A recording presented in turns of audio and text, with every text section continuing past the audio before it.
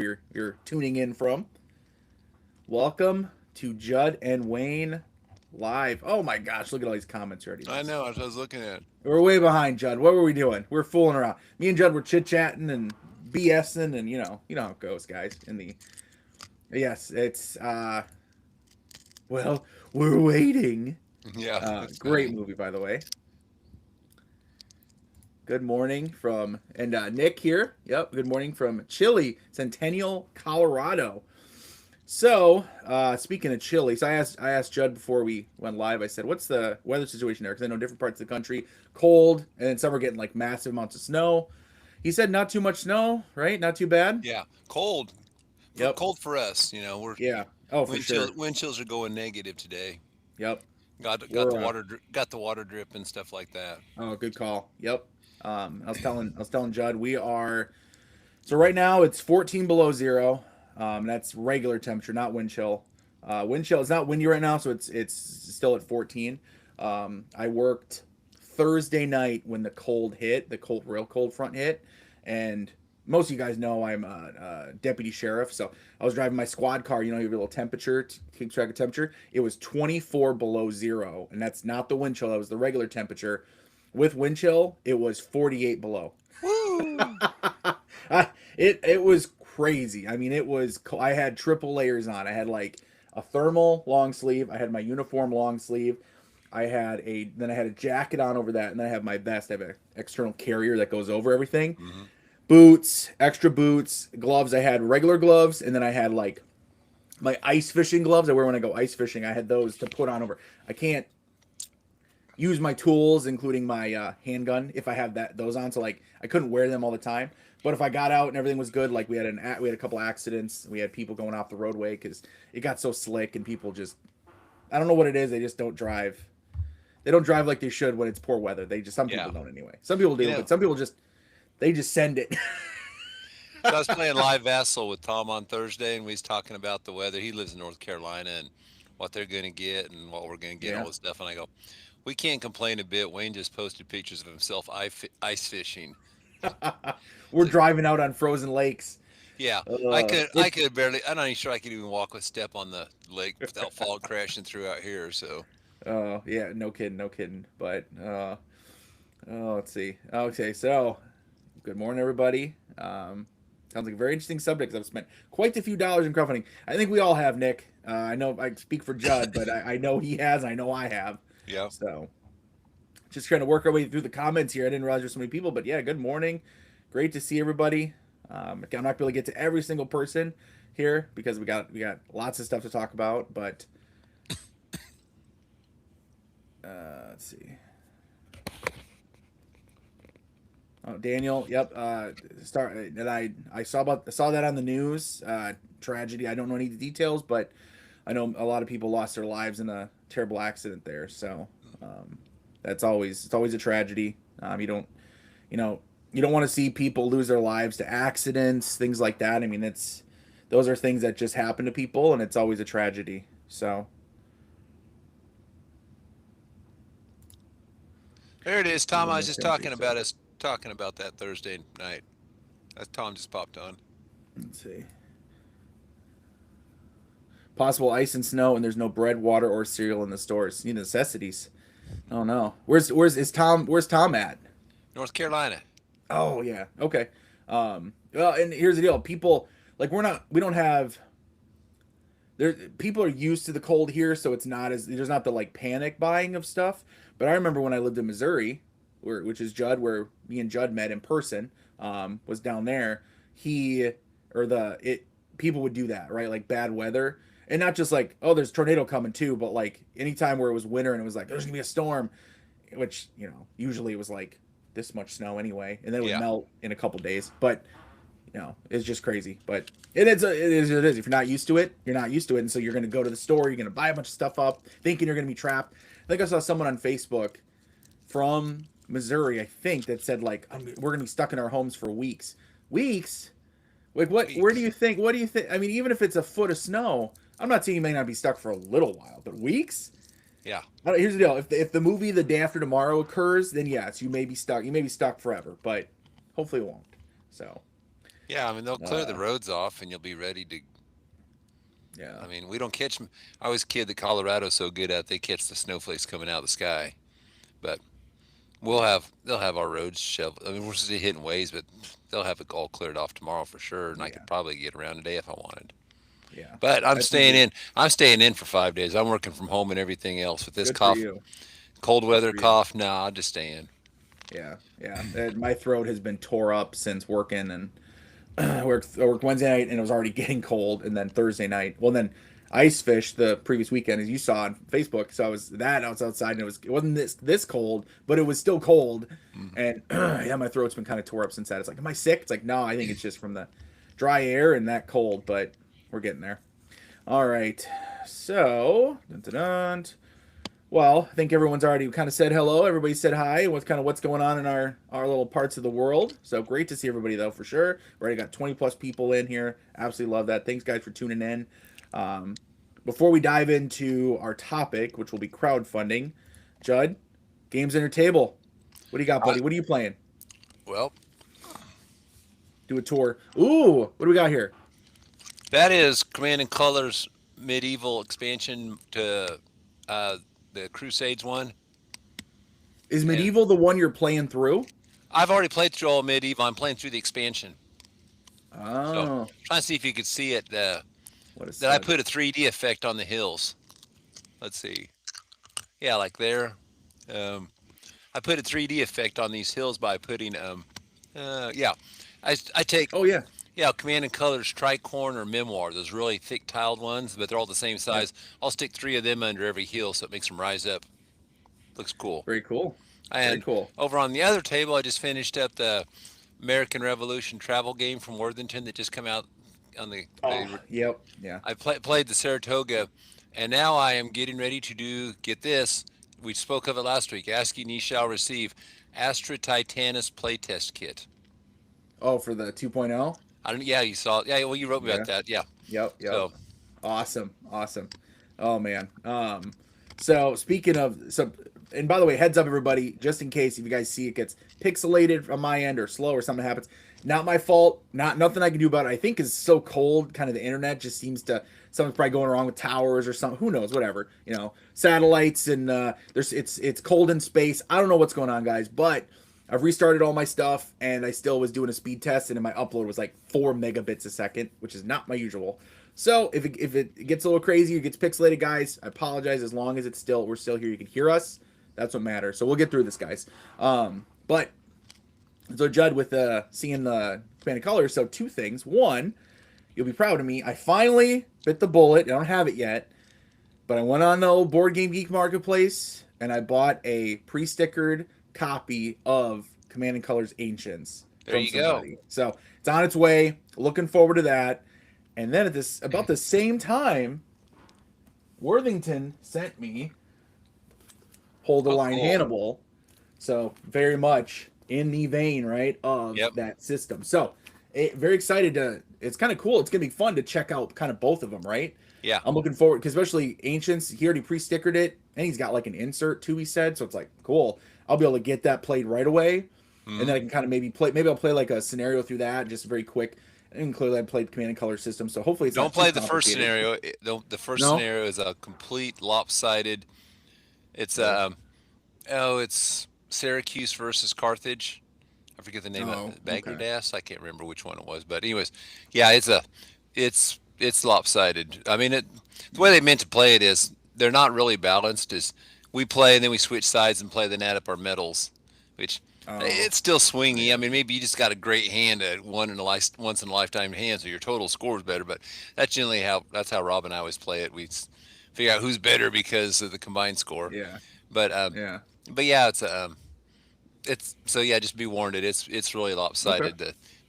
Then Well, then you start if to you get in you think Hannibal. about it, if you think you got a good like first scenario to start with from the base box of Ancients, you just let me know and I'll Okay. check that out. I don't mind. And then, but yeah, then I'm really excited about this too to check this one out and kind of not just compare, but just to play it in general. I do know that well, first off, it's got these nice big counters, not blocks, counters, but the very similar style map, which they actually also sent me. I'm not going to get it out. They sent me the neoprene map, which it's basically it also has the lines, right? Which this game doesn't That's really me. use That's my that. doing. You're welcome, by the way. Thanks, buddy. I wrote Grant. I said, if you're going to advertise this as a Yeah, substitute for the games, you need lines. yeah, Now the thing is not all of the tricorn, um, sure. ancients, all these, the lines are in different places. They're not all the Oh, same. I didn't know that. So it'll Well, work. I think it works for ancients and a couple of others. It won't all work right. for Napoleonic. So be Hey, as long warned. as it works for ancients, probably be the one I go to anyway. Yeah. At least until I eventually get into like Napoleonics or whatever. But I do like that this one actually. I know it. I haven't played it yet, but like I said, I was watching a video on it and has like a chit pull like activation aspects, Okay. which I'm like solo chit pull. That's my bread and butter, baby. So Hmm. anyway, super excited about that.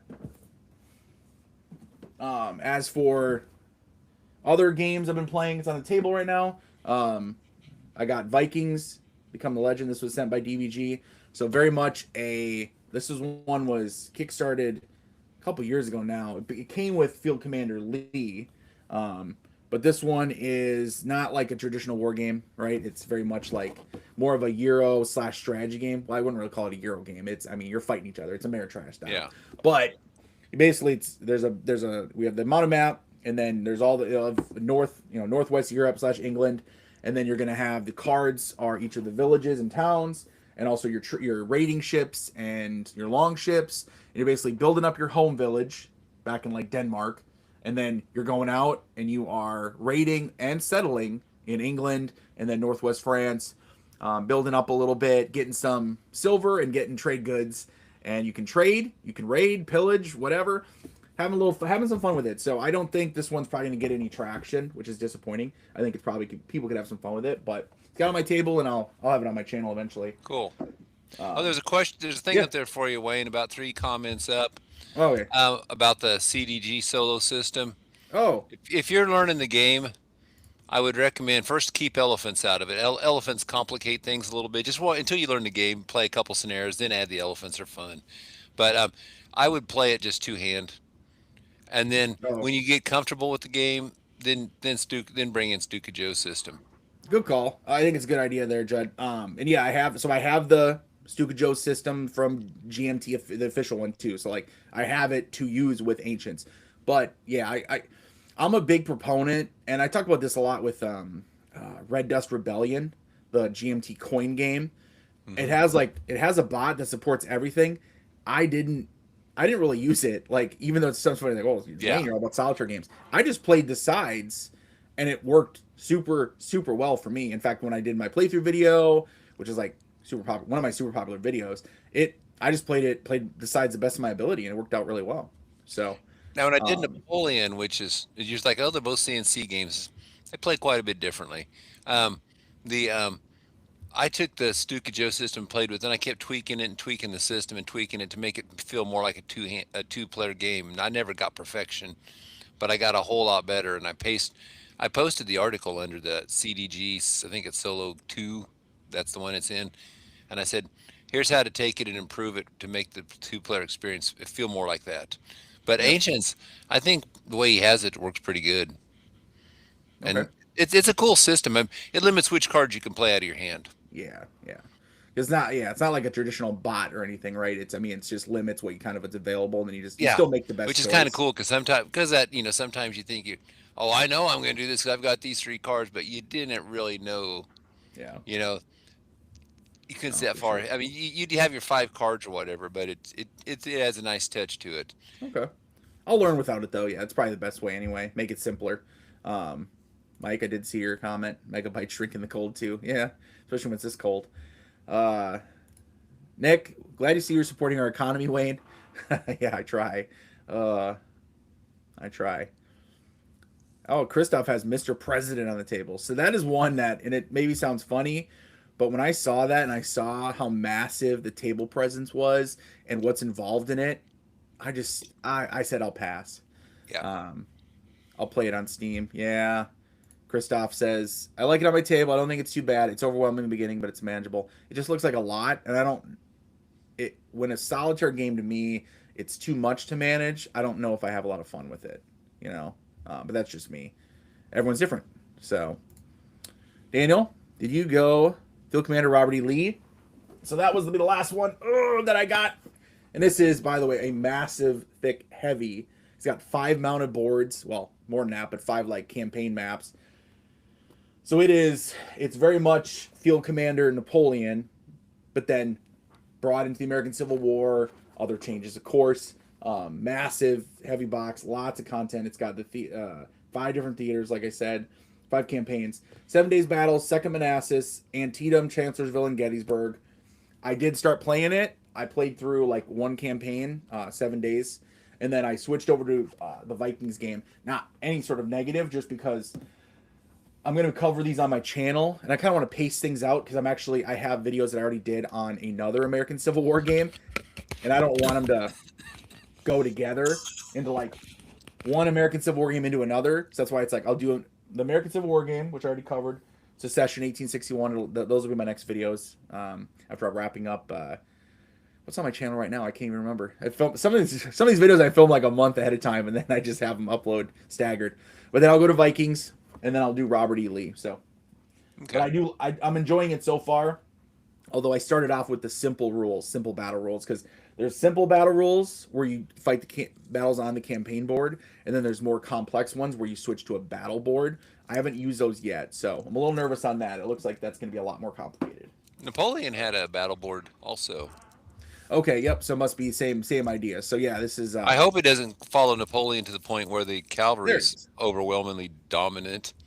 Napoleon just send heavy cavalry around the back and whack them. He talks a little bit about that. Okay. Vince Cooper, the designer. Hey Vince, great to see you. So yep, I got your games here. Got your Field Commander Lee. I'll be covering it. Just like I said, just gotta stagger things out and kind of. I got to cover things in a certain way on my channel. Give the games a fair shot, and people.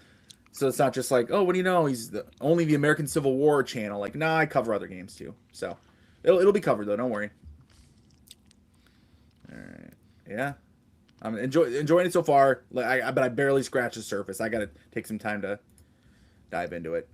Daniel says, I'm jealous, Wayne. You got the game. Friends got the game. Shops got the game. Nothing for me, although I had the order from Kickstarter. Oh. Yeah, that was me in the Cthulhu expansion. Okay. That was. I know they give them to the retailers first because hey, let's make some money and all this, and I'm fine. People go, I ordered it first, okay. But the thing that hacked me off is there was like a 3 or 4 month delay between the two. Ooh. So my friend Aaron in town, he bought the Cthulhu expansion for cheaper than I did. Got it, had it 3 months ahead of time because he ordered it from Miniature Market. Then I got it from the company, and then they started trying to sell another campaign. They haven't even delivered mine yet. I'm like, no, guys, I'm done with you. Yeah. Deliver your product first, then talk to me. Mike says, which online retailer has Lee available? I don't know.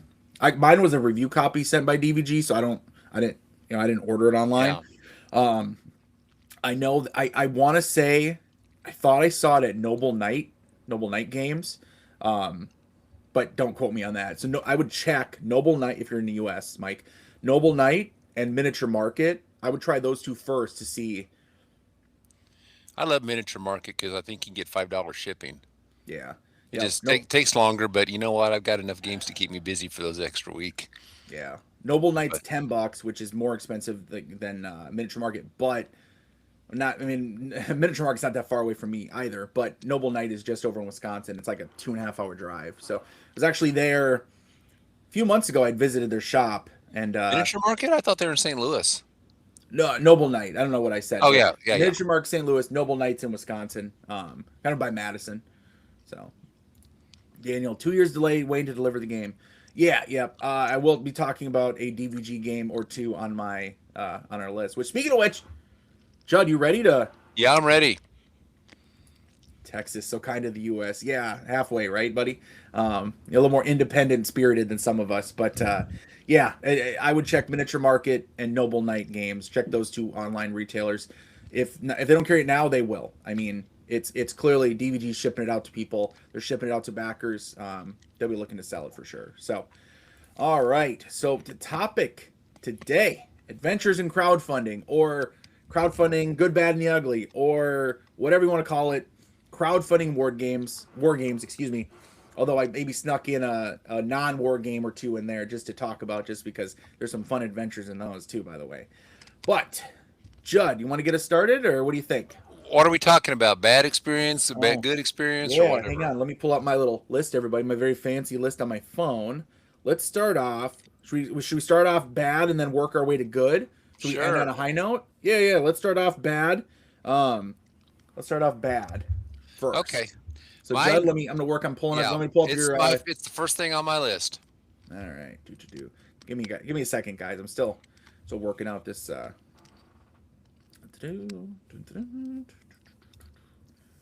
boom.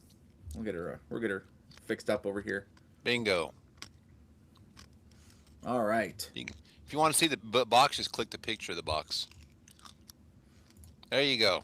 Oh boy. My first experience into Kickstarter, because I'd heard of it for about 2 years before, because Bart was really hip into this.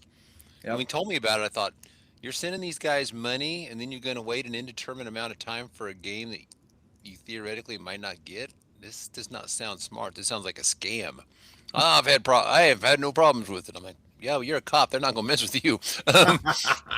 But anyways, but this came out, and John Paniski, who had done Hearts and Minds, one of the best games I've ever played, Vietnam. He said he'd worked on it for 10 years, which my comment is what, dog years, which is like what 1.2. Um, it'd come up with this game, I got it, and the problem with the game, it's not Kickstarter, it's not MMP. He had a terrible developer on it. And the game, for those who don't have your screen pulled up, some people just listen. It's Lincoln's War from MMP, right? Yeah. We're looking Now, at. Yep, I Lincoln's commented War. on one of the things about how they were going to deliver it in 2 months, and I laughed and Yep. said, "From China, seriously?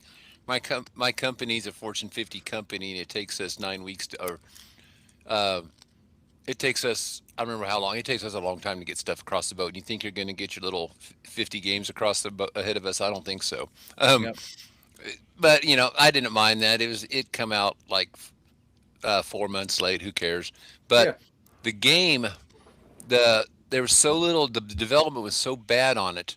The the player aid did not match what was in the rule book. That's basic development stuff. Oh, that nothing drives me crazier than Yeah. why is the rulebook and the player aid set? Well, they're made at different times. I don't care Yes. when they're made. You got to before it goes to production, before you're printing it. You got to check that, make sure they match up. And one of the most respected war gamers in Wichita, which that takes me out of it, had told me the game, the game's rules and the way it's set up, you want to promote Stewart ahead of Lee. And I was like, well, that's stupid. um, Yeah.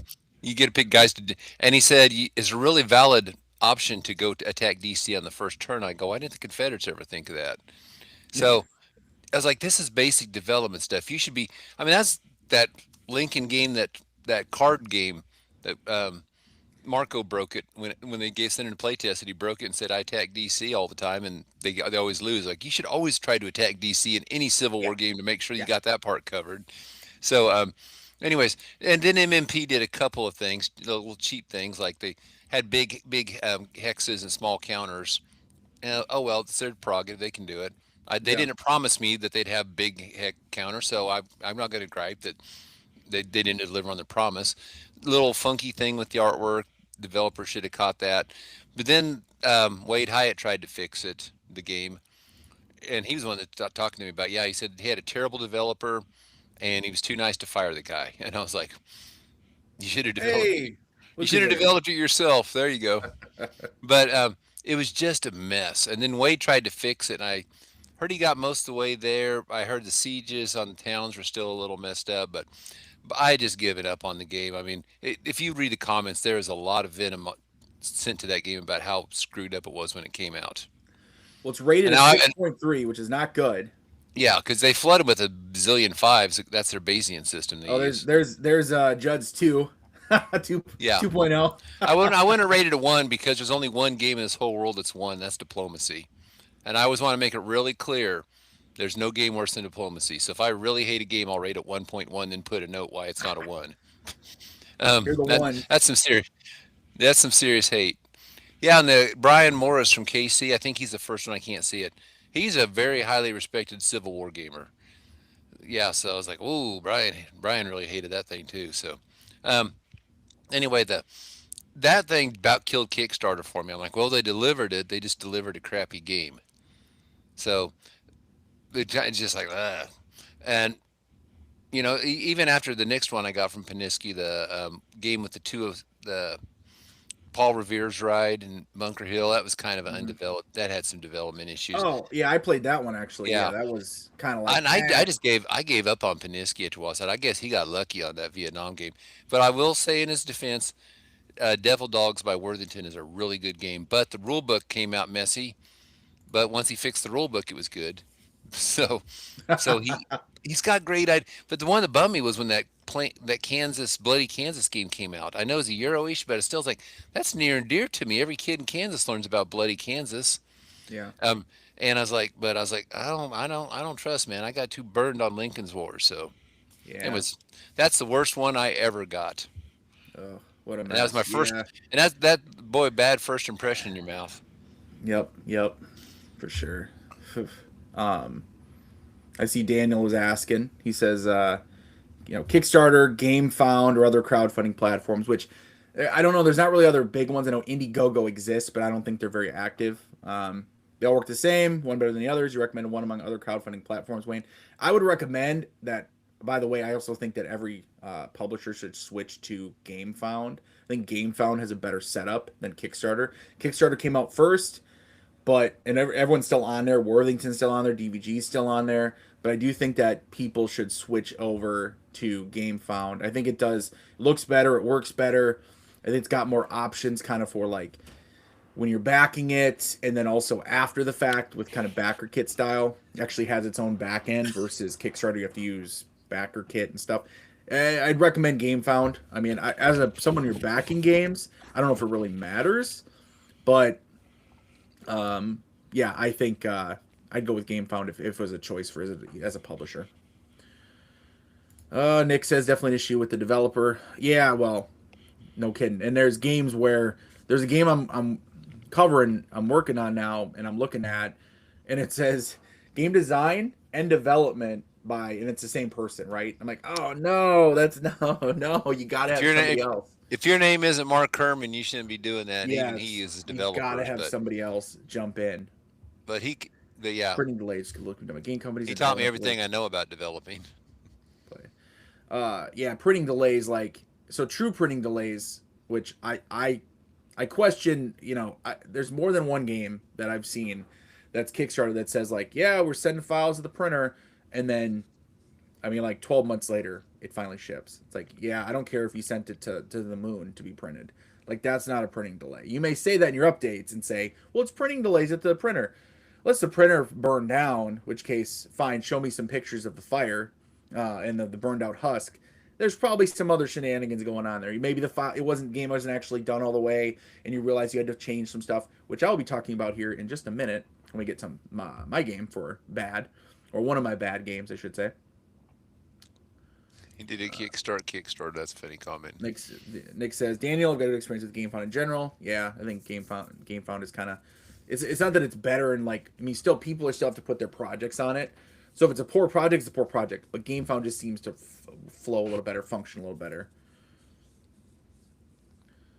Christoph asks, if you're starting a company, I understand you kickstart, but when your company already exists for a while, they maybe manage resources better. Well, I know what you're saying, but I disagree in the sense that, and I'll talk about this when we get to our good, is that Worthington, they use Kickstarter and they release fantastic Kickstarters that Yes. are on time. But we'll talk about that more in our good. And they use Kickstarter. It's basically for them, it's like a semi pre-order process, really. They know what they're doing. And I don't Yeah. mind. If you know what you're doing, you're guaranteed a profit. Yeah, you're gonna be good. Because that's what you got. Tom asked, where do you put the P500 of GMT in this mix? I No, didn't. I don't know if I didn't either. no, because it's not the same. It's not the same. Not the same. There's a difference between like P500 is completely risk free on my end. yeah, yeah. That's part. When I But kickstart a game or game found it or whatever you want to call it, um, I'm once the campaign ends, they take my money. P500, they don't take my money till it's shipping to me, yeah, which that's a whole in my world. That's a whole different ball game. Gamefound is also owned by Awaken Realms. They're a significant company in the general industry. Yeah, they're huge. Awaken Realms is absolutely massive in the hobby board gaming industry. Did a Kickstarter, Tom? Yeah, I actually Kickstart, and then Gamefounded on Kickstarter too. I'm kidding. I'm making all that up. Daniel says, in crowdfunding platforms, purpose, I think, was to support small projects, companies funding, but to some companies, it turned into their main funding source. Yeah, it's just turned into like their own way to have like pre-orders and guaranteed sales. I'm okay with it at this point. There's no, and I'm not, there's no way to fight it because it's not just wargaming, it's other hobbies as well, other, general board gaming hobby. It's super common that you have games that are basically done and they could just release them normally, but they use Kickstarter and Gamefound just to have guaranteed sales. At this point, I almost prefer that anyway because then I know that, hey, this game's just about done. But Yeah. anyway. Plus, if you get it, some guys think a game's going to be a hit and they're bomb. I'm thinking of the game Engage, which if you've never played it, don't. It's really bad. Yeah. That's but the guy ordered a bunch of them, and he probably lost his shirt over that thing. I was like, yeah. See, when you get a pre-order thing, you're guaranteed if the game's a bomb. Yep. I remember when Worthington tried to make that zombie meeple game, and I'm like, guys, those two areas do not mix. Yeah, please don't do that. I know Tiny Epic Zombies is a good game, but that's a different thing. But I'm like, you don't mix meeples. Meeples are for the Euro crowd. They don't like horrible conflict and toxic randomizers that we call dice. Yeah. But I just like, you just can't mix those two things together. So, but unfortunately, they killed it within like 2 days because I saw, this ain't going nowhere. So my bad that I want to cover here, at least my first bad. I think I have a couple of them, a couple bad ones. First one here is dun, dun, dun. It is Warfighter Fantasy. So Warfighter Fantasy card game. Oh my gosh. I took down a couple little notes just as reminders as I dredged this from my brain that I deleted all this from my brain. So it was funded in October of 2020. I received it in I messed up the date. So it was funded October 2020. I received it, I think, August of 2024. I think it was. Or was it 2023? I don't remember because it just entered my brain. Like this game came and it was not good. So the rulebook was a disaster. If you look, so it was promised May of 21. I think it was the end of year 23. So it was 2.5 years delayed. I went all in. So this was back in 2020 when I went in on it. $270. Oh God, give me my money back. And it was the rule book basically was not done correctly. So you couldn't play and they kept delaying it, saying they were working on this, they're working on that. Then they overhauled some systems. So this is an example where I see in some of you guys' comments are saying hey, why isn't this game, why are companies almost using it as like a pre-order system? They should do it when they're in development or whatever. Well, this is a case where clearly DVG was like, hey, look, we have this great idea to keep our Warfighter system going and enter it into fantasy world. Awesome. Party of adventurers.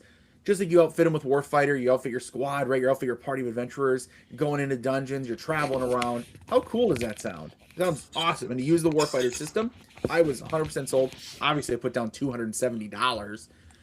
Unfortunately, you could just tell too from the updates as time went by, they're working on it, they're developing it, and then, we're changing this system, we're changing that system, and we're going to modify this, and it's like, oh no, you guys, you don't have it down too, and you just don't have it down, and it took years for it to come out, and when it came out, the rulebook was bunk, and there was a universal rulebook, which was 100 and some pages, and it did not work to learn the game, and there was a fantasy only rulebook that people had asked for, can we just have a Warfighter fantasy book to learn and play from? They released that with it. Absolutely terrible. Ben Lattimore, Blue Maxima or something like that is his name. I always think of the car. But anyway, he is his board game geek name. Ben Lattimore released rulebook, and he's now done that for multiple Warfighter games. But he released an updated rulebook, made the game playable. I actually had it professionally printed and spiral bound so that I could have it available and have it set on the table. Great rulebook. But still, the game itself, way too fiddly. You would get engaged, your party would get engaged with, and the way they did it was instead of having a card represents one hostile, like in the other games, right? Or the card would have little you have you'll have like crosshairs, reticles on there to show like, oh, this card is actually three bad guys. Okay, cool. Well, Warfighter Fantasy was like, yeah, this card is eight bad guys, and each one of those eight you're drawing from a cup to determine who they're attacking. And so next thing you know, you've got three cards. Each one has eight, one has six, one has six. You're talking about 20 different targetings on your guys, on your party. You're having to draw from the cup, and you got to roll for 20 different combats of them every round. Whoa, whoa, whoa. Way too much. It's too fiddly. So even though we had a rule book that finally worked, had to come after the game was released, after I spent $270, then the system itself just didn't flow. I wrote a whole thing on Board Game Geek trying to do some fixes and trying to offer some advice, but there was like a handful of guys that were just like super invested in it, and they would argue with me, and I'm like, guys, this game is not good. And I love Warfighter in general, and in fact, I'm going to talk about another Warfighter game as a good, but this one, bad. Talking about good, bad, and ugly. This one is bad and ugly at the same time too. Not super attractive either. So, well, this is my bad. Warfighter Fantasy. They dropped the ball on this one big time. Okay. I need to hit a good because it'll make more sense out of my next bad. So the You want to switch to a good? Okay. yeah, I mean I have to because Lincoln's War was so bad. You're thinking I thought you was done with Kickstarter, and then you have another one that's No bad. way. Yeah. No Okay, way. but no, my second one, the one that restored my faith in Kickstarter, was when Worthington jumped on board. And can you see this? Second game on my list on that list. It's Okay. I'll go right New over to it. New York 1776. Boom. Yep, it's a block game, and and this is cool. If you ever wonder why the Worthington Publishing, they put out one of those Osprey books in it Oh yeah, yeah, as a Kickstarter bonus. Back then they were really into because everybody's into those Kickstarter bonuses. So what can we give that's going to make people want to get this? I think Worthington just finally figured out make a great game and people will buy it. But they did this for this and the Korea game. Um, and I know they don't think they did it for Trenton, but yeah, it's not a bad little book. I mean, it gives you some background on it, kind of a yeah. cool little bonus. And then the game covers the Battle of New York. Judd, you Now, keep talking. I'll be right back. okay, the the topic, the interesting part, the purpose of the game. I've commented on this on a different video, Hamtag one once, was the goals of the game don't line up historically, but they were the goals that they should have gone for. Howe just wanted to sweep Washington off the island with minimal casualties, and this is where he lost the war. When Washington escaped, the war was over. Joseph Ellis said in one of his lectures and books and stuff that the British could take any place they wanted. They took Boston, they took New York, they took Charlestown. They could take anywhere, but the problem was they couldn't quell the revolution. And he said as long as the Continental Army lived, the revolution lived. So they had to crush it and destroy it. And this was their one chance to really do it. They had Washington hemmed in. So that was a good goal as to what it should have been. The Americans have to live basically through the last turn, and it kind of becomes funny because you're playing this game of they're chasing you all over all the islands, and you're running around. Washington didn't do that.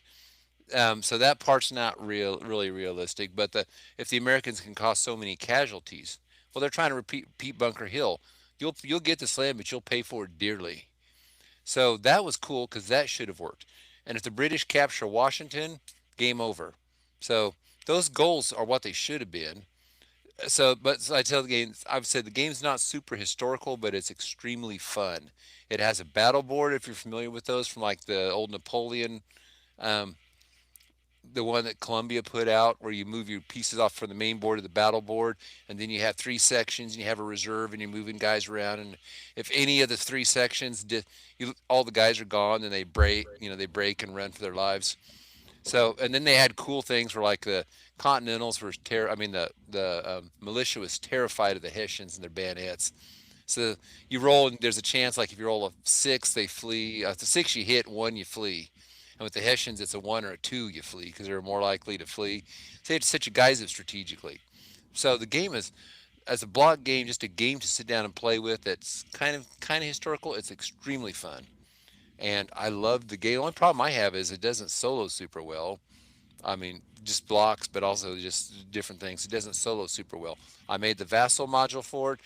They delivered it within, I think, a month of when they said they would. But see, they were printing this in America, so they already had all the files and everything. They actually had the files just into the printer and boom, launched it.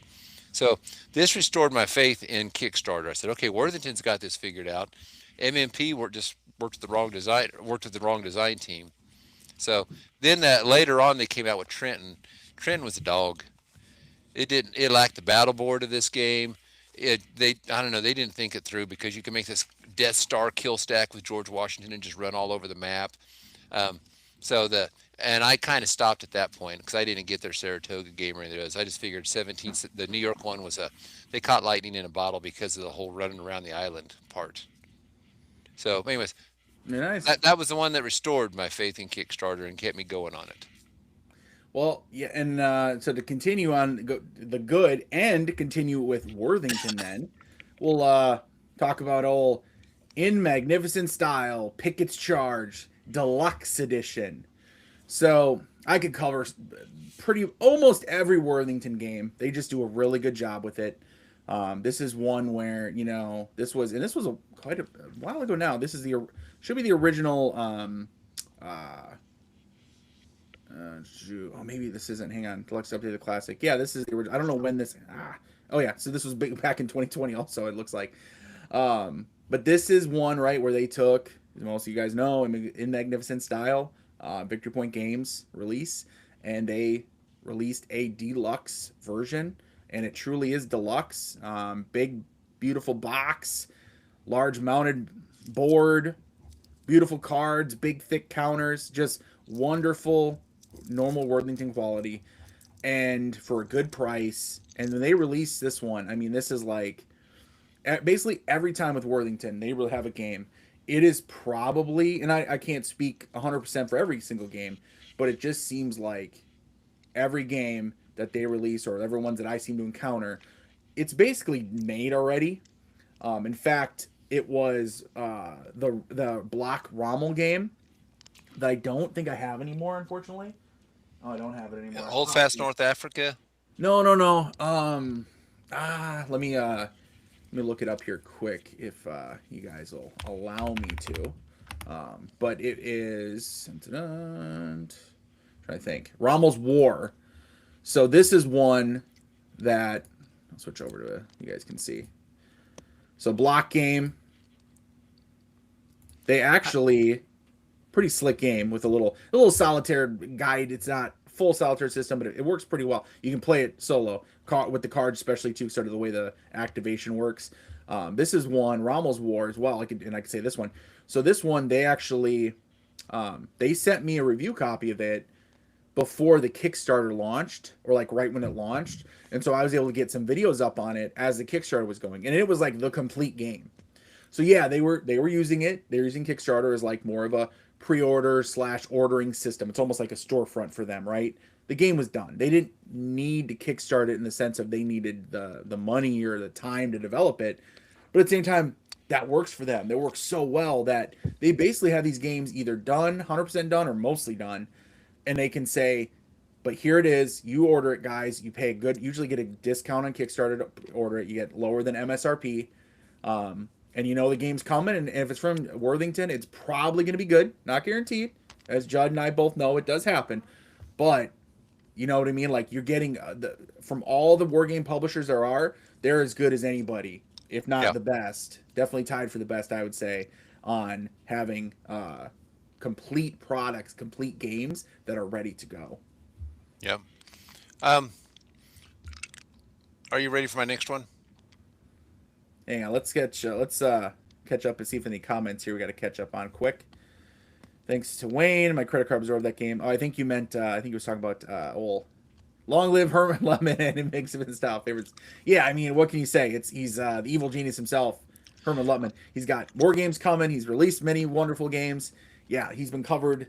Judd's talked about him over the years. I've talked about him on my channel over the years. He's one of the top wargame designers and solo wargame designers that there is. Period. So Yeah, the cards are. I had the old Victory Point game version of it, the Gold Banner Deluxe Edition, and on in cards magnificent are style. yeah, cards Yep. are superior to chits. Yeah. Chits are cheaper, but you got to constantly go to the rule book where everything you want is on that card. Yeah.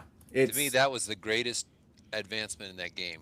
yeah, having those cards. I mean, it plays so well. It's quick playing, but it's fulfilling that push your luck style. Again, guys, Hmm. most of you guys know I talk about this game almost on every list. I was finding a way to squeeze it into almost every list, but it's just a great game, great design, and Worthington knocked out of the park with this release, which is show that's their usual with Kickstarters. Is that's what they do.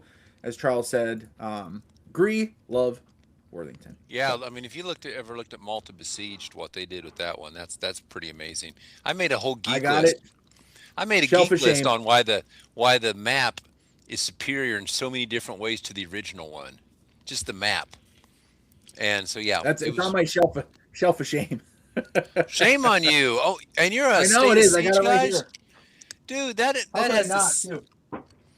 that has the single coolest mechanic of any State of Siege game. The convoy system. Still in plastic too. How could I do Shame, this? shame. That's like a Maybe that's sleeve why on Steve it. won't release. We must tell the Emperor because he's too crushed that you He won't said play his other he game. said yeah. Wayne has to play Malta Besiege before I'll release. We. Yeah. Oh my goodness, Anyway, what? that is the cool. You play that, you'll thank me for nagging you to play that because that convoy thing is the coolest thing of I any got so State many of Siege games, game. Judd. Please, got games everywhere, and I got You know how to play non-working too. 85% of the game. It's State of Siege. All right, all right, all right. Alrighty. I'll check it out. So, Okay. so my next one. So I mentioned, I did that Worthington one, and I did Trenton. It took me a few years to figure out I don't like Trenton. I kept saying, do I like this or not? It doesn't feel right, blah, blah, blah. But the next one that really, it's kind of soured me on Worthington and Kickstarter for a long time and just Uh-oh. was, and I've mentioned it, is Hold Fast North Africa. I bought Hold Fast Korea in the meantime, and Hold Fast Korea was phenomenal. There it I is. love the game.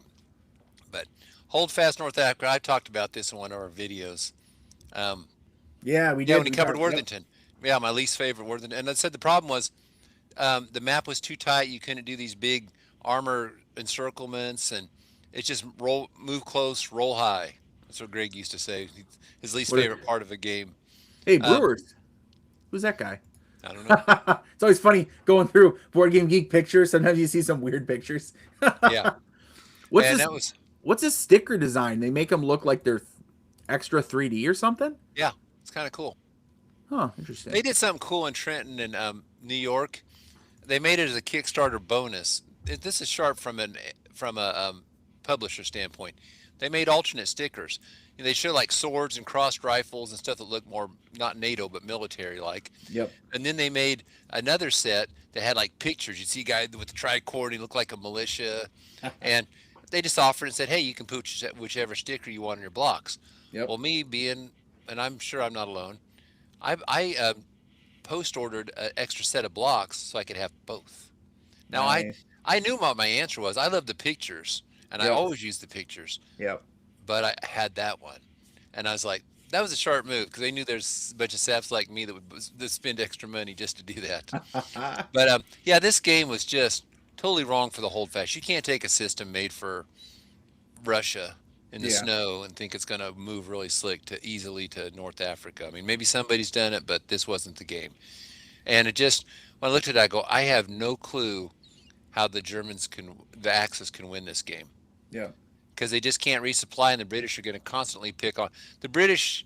The Panzers had such a minimal advantage over the British tanks and stuff. It's like it's almost negligible.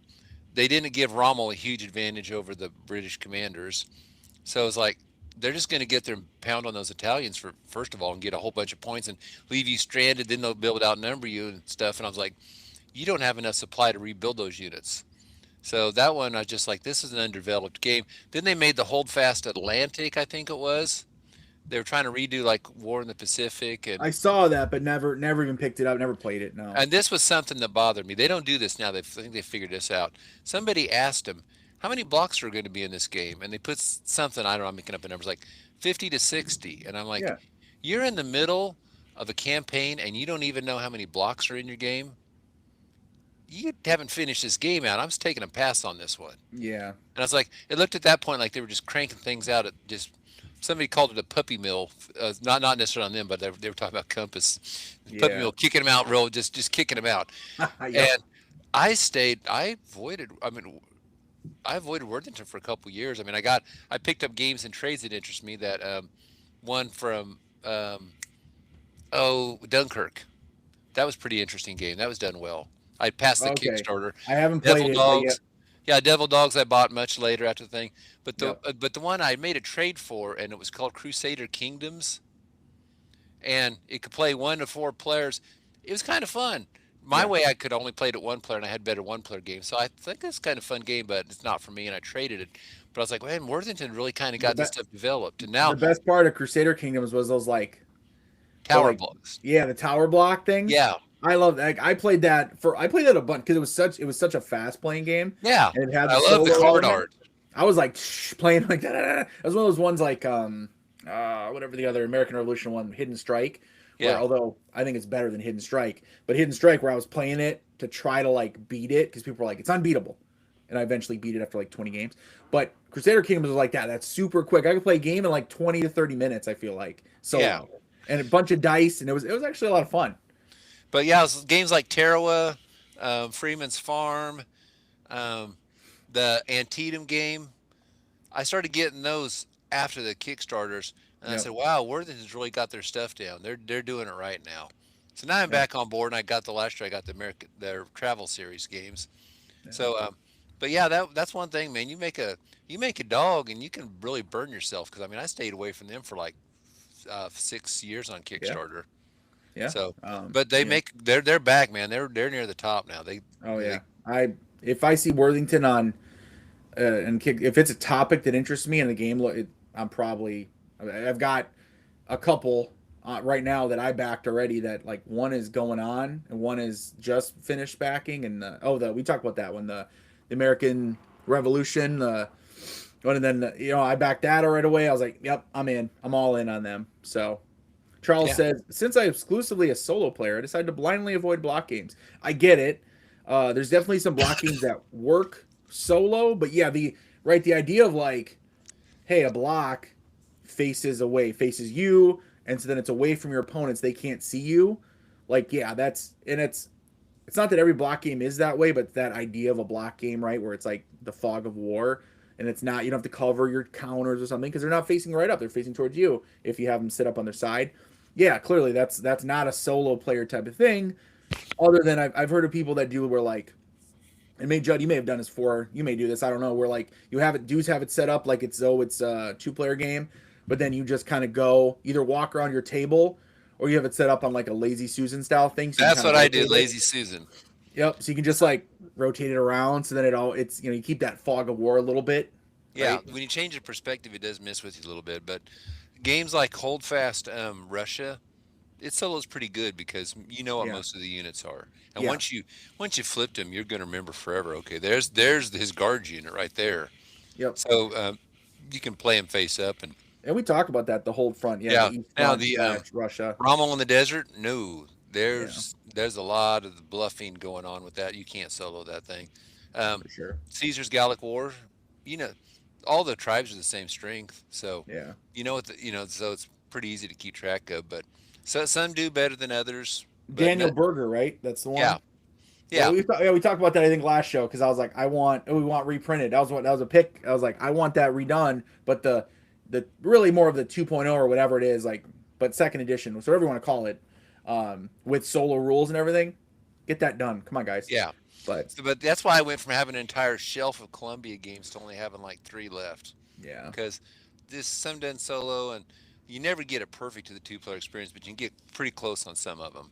yeah, I don't have a problem doing East Front. I mean, but if I played a good player, they'd mop the floor up with me. But that's true in a lot of games. But yeah. it's for my purposes, it's fun, does the job. Absolutely, absolutely. All right. Let's see here. So maybe I'll do a bad. Then I want to do a good, and then maybe end with an ugly or something like that, or sneak in the ugly. Let's do the bad. Let's do another bad. No, I changed my mind. We're gonna do ugly. I changed my mind. I can't decide. All right, we're gonna do ugly. So this is one. Dun-dun-dun. It is Forward Defense 85, a solo tactical campaign game from Ethan Redrup. So this is a company command in World War III, right? So this is a Cold War gone hot style game.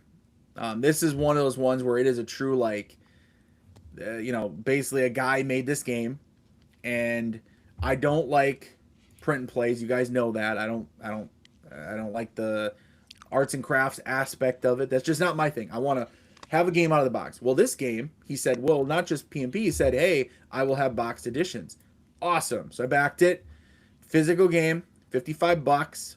Timing, delivery was all fine. It's all fine. But this game came, and you can see like, and I'll see if I can open this up here. Actually, let me pull it up on old Board Game Geek as well, so you guys can see some more pictures. But this is one that when this came, I looked at it, I got it out of my table, and I started playing it, and I was like, what am I looking at? Like this, actually, that's not even real. That's the tabletop simulator. Hang on. I'm looking for like real pictures.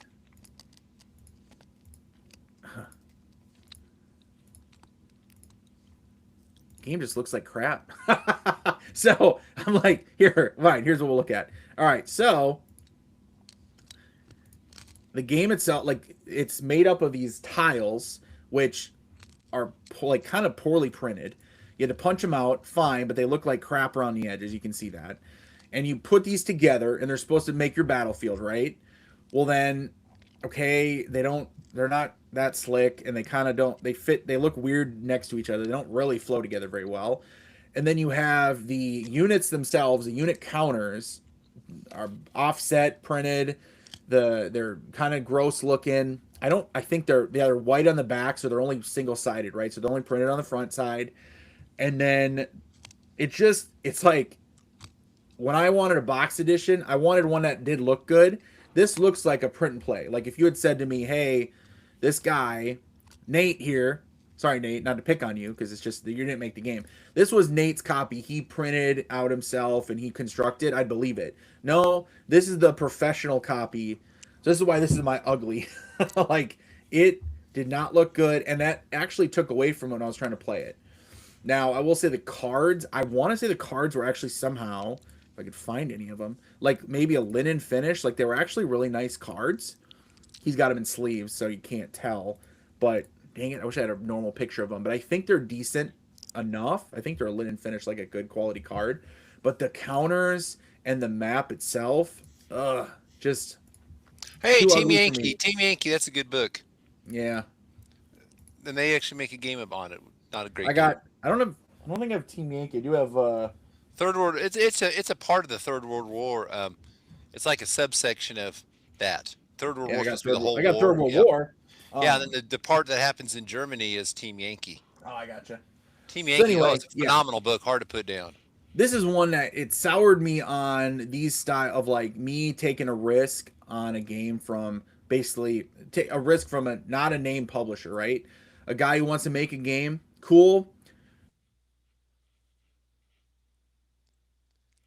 Companies Okay. moving There. around You on a froze for a tactical second. map. What's that?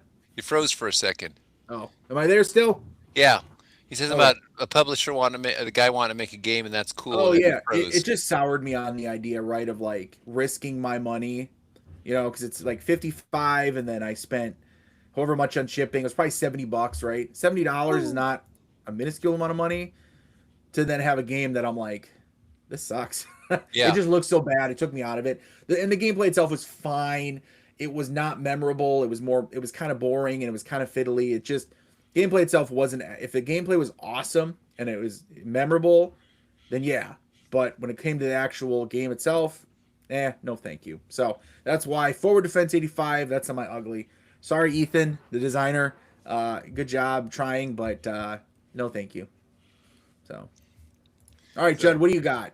I got another bad, and it sounds like I'm bashing Worthington. My early experiences was a lot Oh with no. Worthington, and How dare you pick on Worthington? I get some really good ones, and I will talk about them. But they made one called, it was a three-part Civil War one. It was Grant's Gamble, Lee's Invincibles, and Sheridan, and Oh, the blue and gray campaign yeah. series or The whatever. idea, sure, boy, they made it sound cool. You could take the maps from all three games and put them together. They were kind of a weird shape, but it Yeah, made the whole campaign. Who cares? You didn't do anything with all three maps. It's like saying, I "Hey, my had. this game and Yeah, this game maps work together. The games don't combine. Ones they're not even the same." It's like, what's the point? And uh, they took and then they made like a little bonus map thing you could get for the Lee's greatest or the Grant's Gamble, and it was to cover the Peninsula campaign. And all it really did was make a really bad version of Forged in Fire, which was a block game that was kind of based on. But I mean, the idea was cool. It used a few blocks and simple system. I think they were trying mhm. to go off one of those older '70s games and simplify it a little bit, which they've done a really good job, like their Antietam game and some of those are doing that. But the problem, um, when I got all three games, first a lot of airspace. It was like $100, $110 or something for that, and for the same cost, I could have got Band of Brothers and Ghost Panzer in those super thick mounted boxes with mounted maps and great quality. This thing Yep, has paper maps and kind of cheap. And the thing I had commented on was they should have put it all in one box, made it a thick box. yep, They wanted a mounted map, that's great, but make a single map. And then they could have, instead of just having two scenarios from Grant, two scenarios from Sheridan, and one from Lee, you could throw in some more blocks, and add in Antietam. You could add in a whole. You'd have a really nice competitor for Bobby Lee. But instead, they went with the three games. And when I got through, and Grant's Gamble was kind of fun. That was my favorite of them. I like the cover. Yeah, Kind of a slick looking cover, but map's a little boring. Which okay, I mean it yeah. happens. The Sheridan game, there's one of those two were pretty good. Lee's Invincible was a dud. Oh, And at here's that looks like point, are these yeah, the that's maps how you all put the maps together? to put another. Yeah, I was like, what's the point? There's no game where you put them all together. Oh, So that really? was just kind of a gimmick. And I was like, why didn't you just make one map, add more Uh, blocks, and then you could have picked any battle from that front. yep. And you and the thing is at this point all the scenarios are bad. Like the Lee when I played, like, man, this thing's a dud. Well, at that, if you make it all one, it's just one bad scenario. Well, yeah, a lot of games have a bad scenario and a good scenario. So Yep. hey, you got five or six good scenarios. Hey, that's a pretty good game. I spent $110. I got all this stuff and blah blah blah. But then shelf space. There's empty air in there, so they were taking up the room of three games when they could have taken up less.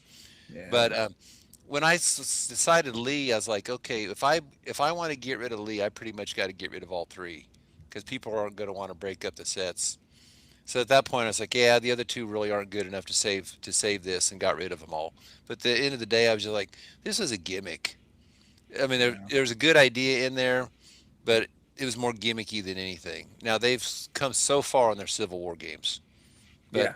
that was one of the early does that I was starting to sour on them. Yeah.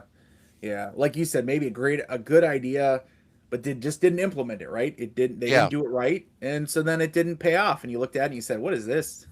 I would have been. Like, Yeah, I could have fed them all kinds of ideas if I'd known a little bit about it. Why don't you do this? Why don't you do this? Why don't you do this? But not. But yeah, it was for just sure. yeah, just a no. Disappointing. Yeah. Yeah. Rusty, howdy. Hello from snowy St. Louis. How much snow you guys get? Is it snowing now? When's it coming? So we were talking about earlier. Cold here. No snow because it was too cold for snow. It's 14 below when I started the stream. It's probably gone up a couple degrees. Um, but what do you guys getting a bunch of snow, right? So let's see here. What are we talking about next? Well, I've I got got one last. I was thinking, do I have one last yeah. one? What do you got? One last. Now I got two deads left. Two Um, two bad ones left, or what do you got? yeah, two bad ones. One of them was Okay. not even. One of them was not even that bad of a game. So I was at this point. I was like off of Worthington for like 2 or 3 years, and then when I saw Dawn of Battle, I think you've had that one. I might have even done a Oh, I video. had that one. Yeah. Yeah, I covered that one on my channel.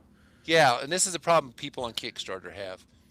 They see a game and it's better in their head than what they've seen on paper, and they think it's going to be so much better, and then they get it, and boy, then they're disappointed. I'm like, that's when I saw that, I was like, oh, you can play all these games across all these hundreds of Yep. thousand years, and no, it's just that. most battles have a light infantry and a medium infantry and a large.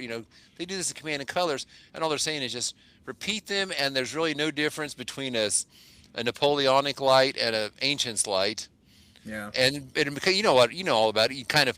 I go hit your Yep. flank and hope for a disruption. We get engaged. I send a guy up, try to disrupt. You send a guy up and try to disrupt. There's not much Oh, that's game fair.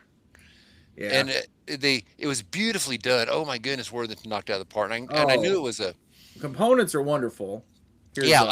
I knew it was a remake of Ancient Battles Deluxe, but you could just tell there's not a lot of game. But the problem I had was I've learned this, and this is one of my mantras, and I really stick to it. This is the game that really drove it home to always, always, always do this. If I look at this game, I just ask myself, okay, this covers a lot of ancient battles, covers some Napoleonics. Do I feel like my game collection is lacking in these areas? Have I ever sat there and said, man, I really need a good, simple game that plays in blah, blah, blah? And the answer was no. I already had Command and Colors Ancients for yeah. my quote unquote simple game. I told people it's not a simple game, but once you Yeah. play as many times as I have, like 230 times, it is easy. Yep. And Napoleonics. And then when I wanted to up it some, I had Great Battles of History, which technically you could say, well, yeah, simple, great, and regular. So you almost got three games. Yeah. And it covers the details. Oh yeah. So I said, I Yeah. have Lots of ancients details. covered. So I Yep. was like, when I played this, I go, this thing's never going to hit the table. I will always choose those other games over this. I should have thought of this before I bought this, but my eyes got bigger. My stomach, oh, this is going to be the greatest thing ever. Oh, this is over optimism of wargamers. So Yeah. I sold it. And the bad part was, I thought, well, I'll sell it fast and I can get some money. I think I paid 65 or 70 and ended up getting like 35 for it. And I call Yeah. those life lessons. That was like a $35 life lesson to be smarter about picking out your games. You get burned enough, you'll start to do this. So Yep. the game wasn't terrible. It was just average. And when I write my review, I'm very nice about how or my comment on the game that I put on my BGG. I said, Worthington did a great job. I said, this game is for you if blah, blah, blah. If you have these games, this game is not for you. Yeah. So I said, you decide. But so I didn't like trash it as a terrible game. It just wasn't as good as what I had. Yeah. This is one that, like I said, yeah, I had it too. It started, this is one of those ones where it's like I started playing it and it started off at like really high in my kind of opinion, right? I was like, this looks great. This is gonna be great. And I played it and I'm like, yeah, that was a lot of fun. And then I played another scenario and I'm like, I don't know. And then very quickly, my opinion of it went down. Not because it's a horrible, I mean, production fantastic as usual. Any of the modern Worthington games, their production's fantastic. But the gameplay itself and the variety and kind of from scenario to scenario, like you said, there's a lot of sameness to it, right? Hmm. And it didn't work for me. I just like, you know what? And so I got rid of I unloaded my copy, sold it, and I'm probably lost money too on that one. The sad part was it was supposed to have another expansion with train in it because none of these have Yeah, train. and I actually was Worthington like gave looking up on forward to it. that. Then they never released it, and then Worthington dumped it because then now he's Blue, publishing it through I Blue think Blue Panther. Panther. Yeah. So you can get the game now through Blue Panther, but then it'll be Blue Panther quality components, which are not as good in my Yeah, opinion my as advice is go. There's probably a lot of Worthington buyers who are disappointed when sell it. yeah. Sell it at a price you'd be willing to accept. Yeah, now you could probably get a used copy of this done, or you may not even opened yet, of from the Worthington on Board Game Geek or something, probably for pretty cheap. Yeah, I mean, if I Um, sold a darn near new copy a couple of months after it came out and lost that much money, that tells you there's not a lot of interest. So I'd be easy. 35 30 $30 for like Oh my new. I'm goodness, seeing yeah, it. that game's really really nice quality for 30 So, bucks. yeah, there I am. There My you converted are. review. Hey, and I remember, like, I will say, so that if you watch that review now, I know that I was very complimentary of the game. I would not give that the same. Yeah. Did I rate it? I rated it a 6, so I did rate it more along the lines of how I really feel. 6 out of 10, Hmm. previously owned. So yeah.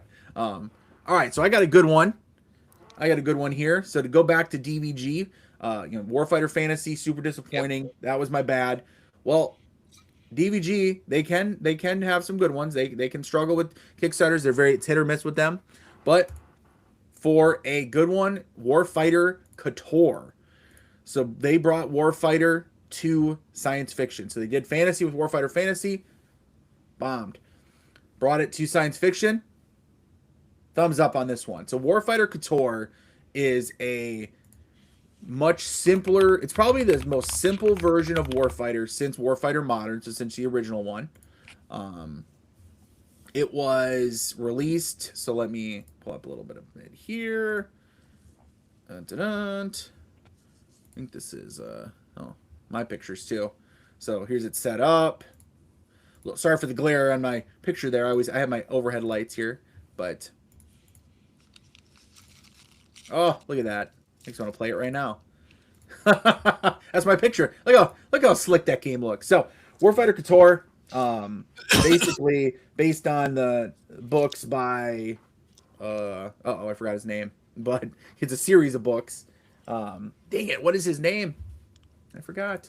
What's the books? What's the series of books? I don't know. I gotta Okay. look it up. I'm like I never read any of them until it's not mentioned here. Oh shoot. Mentioned on the Kickstarter, I think. David Gerald or David Gerald. Science fiction series. So basically, these alien creatures are invading Earth, and you're gonna fight them off. And you know what? I really enjoyed this game because what they did was they simplified some of the. And I had some notes here. Where did I have my notes? Oh, I don't have notes on it anymore. Anyway, so it was promised for November of 2024. It was delivered in like December 24, January 25. So like a month or two late, which in Kickstarter world, that's nothing. That's like Yeah. that's awesome. So unlike Fantasy, which was 2 years late, 3 years late, this was delivered a month after. They cut down the number of the player cards. So instead of having and the non-player cards and all the squads and all that stuff, they cut down from 4 different types to 2. They reduced the equipment, some of the weapons. Basically, they simplified the game itself, which I was worried when it was coming out. I'm like, oh gosh, they're going to go to science fiction. They're going to add even more. The game's going to get more fiddly, more complicated. Well, they didn't. I mean, they actually cut stuff out and made it simpler to play, which makes it simpler and faster. So I tell people, if you like the topic, and you don't have to have read those books because they're like books from the 80s. I had never read them till I was getting the game, and I picked up the first book and read it, and I stopped after the first book because I was like, I don't need the rest of the series. I just wanted to have a little bit of that flavored text for it to get the feel of it. But if you want to get into Warfighter, I always say that Warfighter Couture is probably the best to get into the series at this point. If you don't mind science fiction or you like science fiction. If you want regular warfare, yeah, just go back to Warfighter Modern or maybe Warfighter Vietnam, although that's more complicated. That actually has more stuff. But Warfighter Couture, great Kickstarter from DVG, delivered on time or close enough a month later, whatever it is. And a really good game, good product, fun to play, and gorgeous too. Like they did a great job with everything as part of the game from the board too. I love the board, how it looks, especially in this picture. You can see how cool it looks. Cards look good on there. Yeah, Warfighter Couture. So DVG, yeah, and here's the deal: hit or miss, good, bad, whatever. Sometimes they hit, and this was one of them for me. It was Warfighter Couture. So My last miss I have is by Compass. No, it's not the Devil Dog, the Devil no, Boats or Nick, I whatever. missed that. It's I think I'm probably pronouncing it wrong. Shoots Troop Haya Safari. It covers I forget his name. The guerrilla warfare from World War One. Basically, this guy held out against a force way, way, way, way bigger than him, and he held out for the entire war.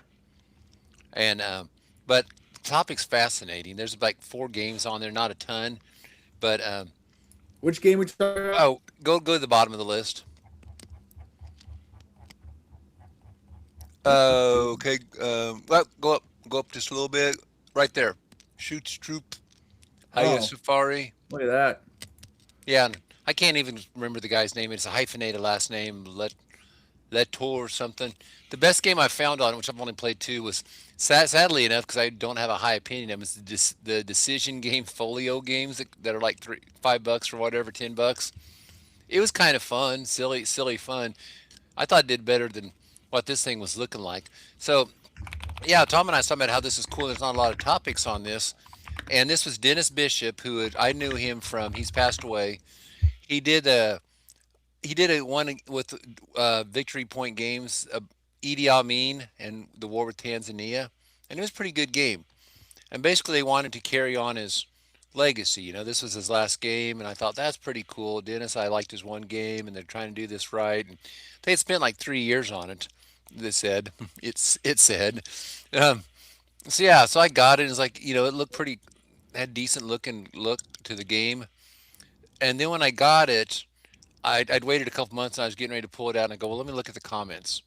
And then I started seeing comments that, yeah, the kind of said, I think the game was like 36 turns long. It was really long. There's only one scenario in it. And it had like an infinite stacking limit. I was like, yeah, I'm not doing that. I'm not busting the tweezers out. I'm not sure my tweezers can handle some of these stacks. And basically, this was supposed to be like a remake of a game he made with Flying Buffalo back in like the 70s. It's pretty highly regarded.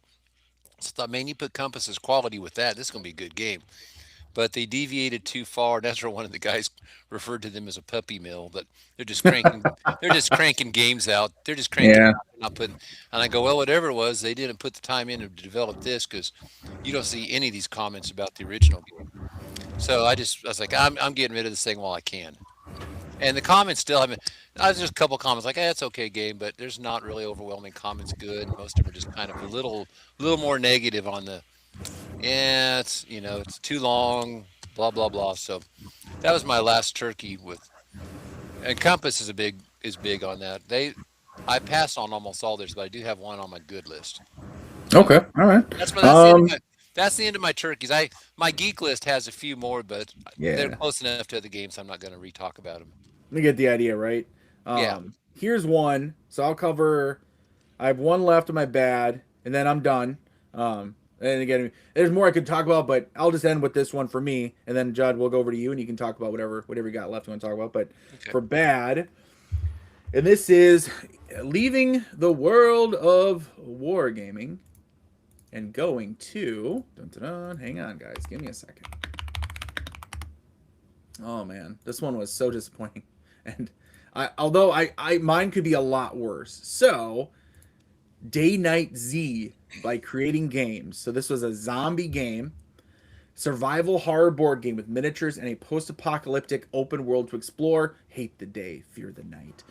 I was so excited for this. So back in 2020, I believe it was 2020. No. Whoa, no, this was way before then. Funded in 2017. I spent 166 American back then, which now is probably like 200 bucks, and went all in on this thing. Hulk, which is all in on it. It was delivered, so it was funded in sometime in 2017. Estimated delivery of December 2017. I got my copy, which I did. A lot of people never got a copy. I got my copy in 2021. So I got my copy about 4 years later than expected. The game itself was like, it just looks so cool. Day Night Z. Oh man, it looks so cool. Look at all this stuff. And you got all kinds of cards and miniatures, and you're going around the city exploring, and you got these player boards. And I just was like sold on this. This unknown company creating games, or publisher, whatever you want to call them. Yeah, and there's a bunch of people. If you go to the Kickstarter comment section, there's a bunch of people on here that are like, hey, I've never got my copy. I never got my copy. I'm out $200. This guy apparently got 2 copies, but then this Elisa here, I was going through my Kickstarter, realized I haven't received my pledge. Who can I get in touch with? And Steve O says, it's dead. Like, you're not getting a copy of it. People are on here. Yeah, I never received my board. I never got my game. So this is one that I lucked out that actually got my game, but it showed up 4 years later. By the time I got it, I basically looked at it and was like, I don't even want this. I sold it. I lost money on the whole deal. So it's 4 years later, and I lost money on it. To me, this is one of those ones where it's like, now I'm very careful backing games on Kickstarter. War games or not war games. I back a lot of other games, play a lot of other games, obviously, but I just only cover war games on my channel. But it was one that, I don't even know what the gameplay was, and I don't care. After backing it and having to wait 4 years to get it, I had no desire to even play it. And by the way, I opened up the box, and there was mold on the inside of the box cover. So I was like wiping it off with alcohol wipes, which it did seem to like. I think it killed it. So I opened up the box, wiped everything with alcohol wipes, and then I left it to air dry, and it seemed to like stop it and kind of it didn't get any worse. So I mean, you have to ask the guy that I sold the copy to, but it infected the rest of it. Maybe it was part of the zombie virus as part of his game. I don't know. But Day Night Z, that was one of those ones where it was like new publisher and from I think Spain maybe. And you just never know what you're going to get when you're overseas publisher. Are they going to be able to make the game? Are they going to ship it to the United States? Because I believe, and I could be wrong, I believe actually they basically made enough copies for all of their like Spanish backers, and then I think I want to say maybe in Europe in general, and then the U.S. backers were kind of on the back burner for a long time. And I also want to say I may have had to send them more money. I can't remember. I didn't make a note on that, but I know. Oh, and it was missing some components. So like out of that big list, because I got the Hulk pledge, which was like all in, it was missing some of the stuff anyway. But considering the fact that I got it 4 years later, actually got something, I think I maybe emailed them and never got a response, and I just moved on with my life. So you always got to watch out for Kickstarters, especially when you're dropping hundreds of dollars on a game. Oh yeah. So. I'll go. All right. I'm on all my goods now. Good. So, all right, let's get back to some good stuff. Yeah. Good stuff and Now, stuff. around this time when I was doing this, I had heard about Airborne in my pocket, and up front, what Valley Games did to all those people and screwed them. You know, they never I heard got a about game. that. Yeah. Yeah, and I'd seen stuff about what you were talking about. Never got the game. Never got the game, Yep. which does make you wary of Kickstarter. Hey, Yeah. I'm promising a game I might not get. The trick to that I've learned: work with companies that have a track record. Yes. Worthington ain't gonna screw nobody. First, Grant's just a good guy, good Okay. man. He's not gonna screw people. No, he's a And good guy. yeah, Compass. If you think they're a puppy mill or not, I mean, I thought that was kind of a funny comment from that guy. I like some Yeah. Compass games, obviously a little better than you do, but no, they turn them out, whether good or bad. They turn them out, so they do it regularly.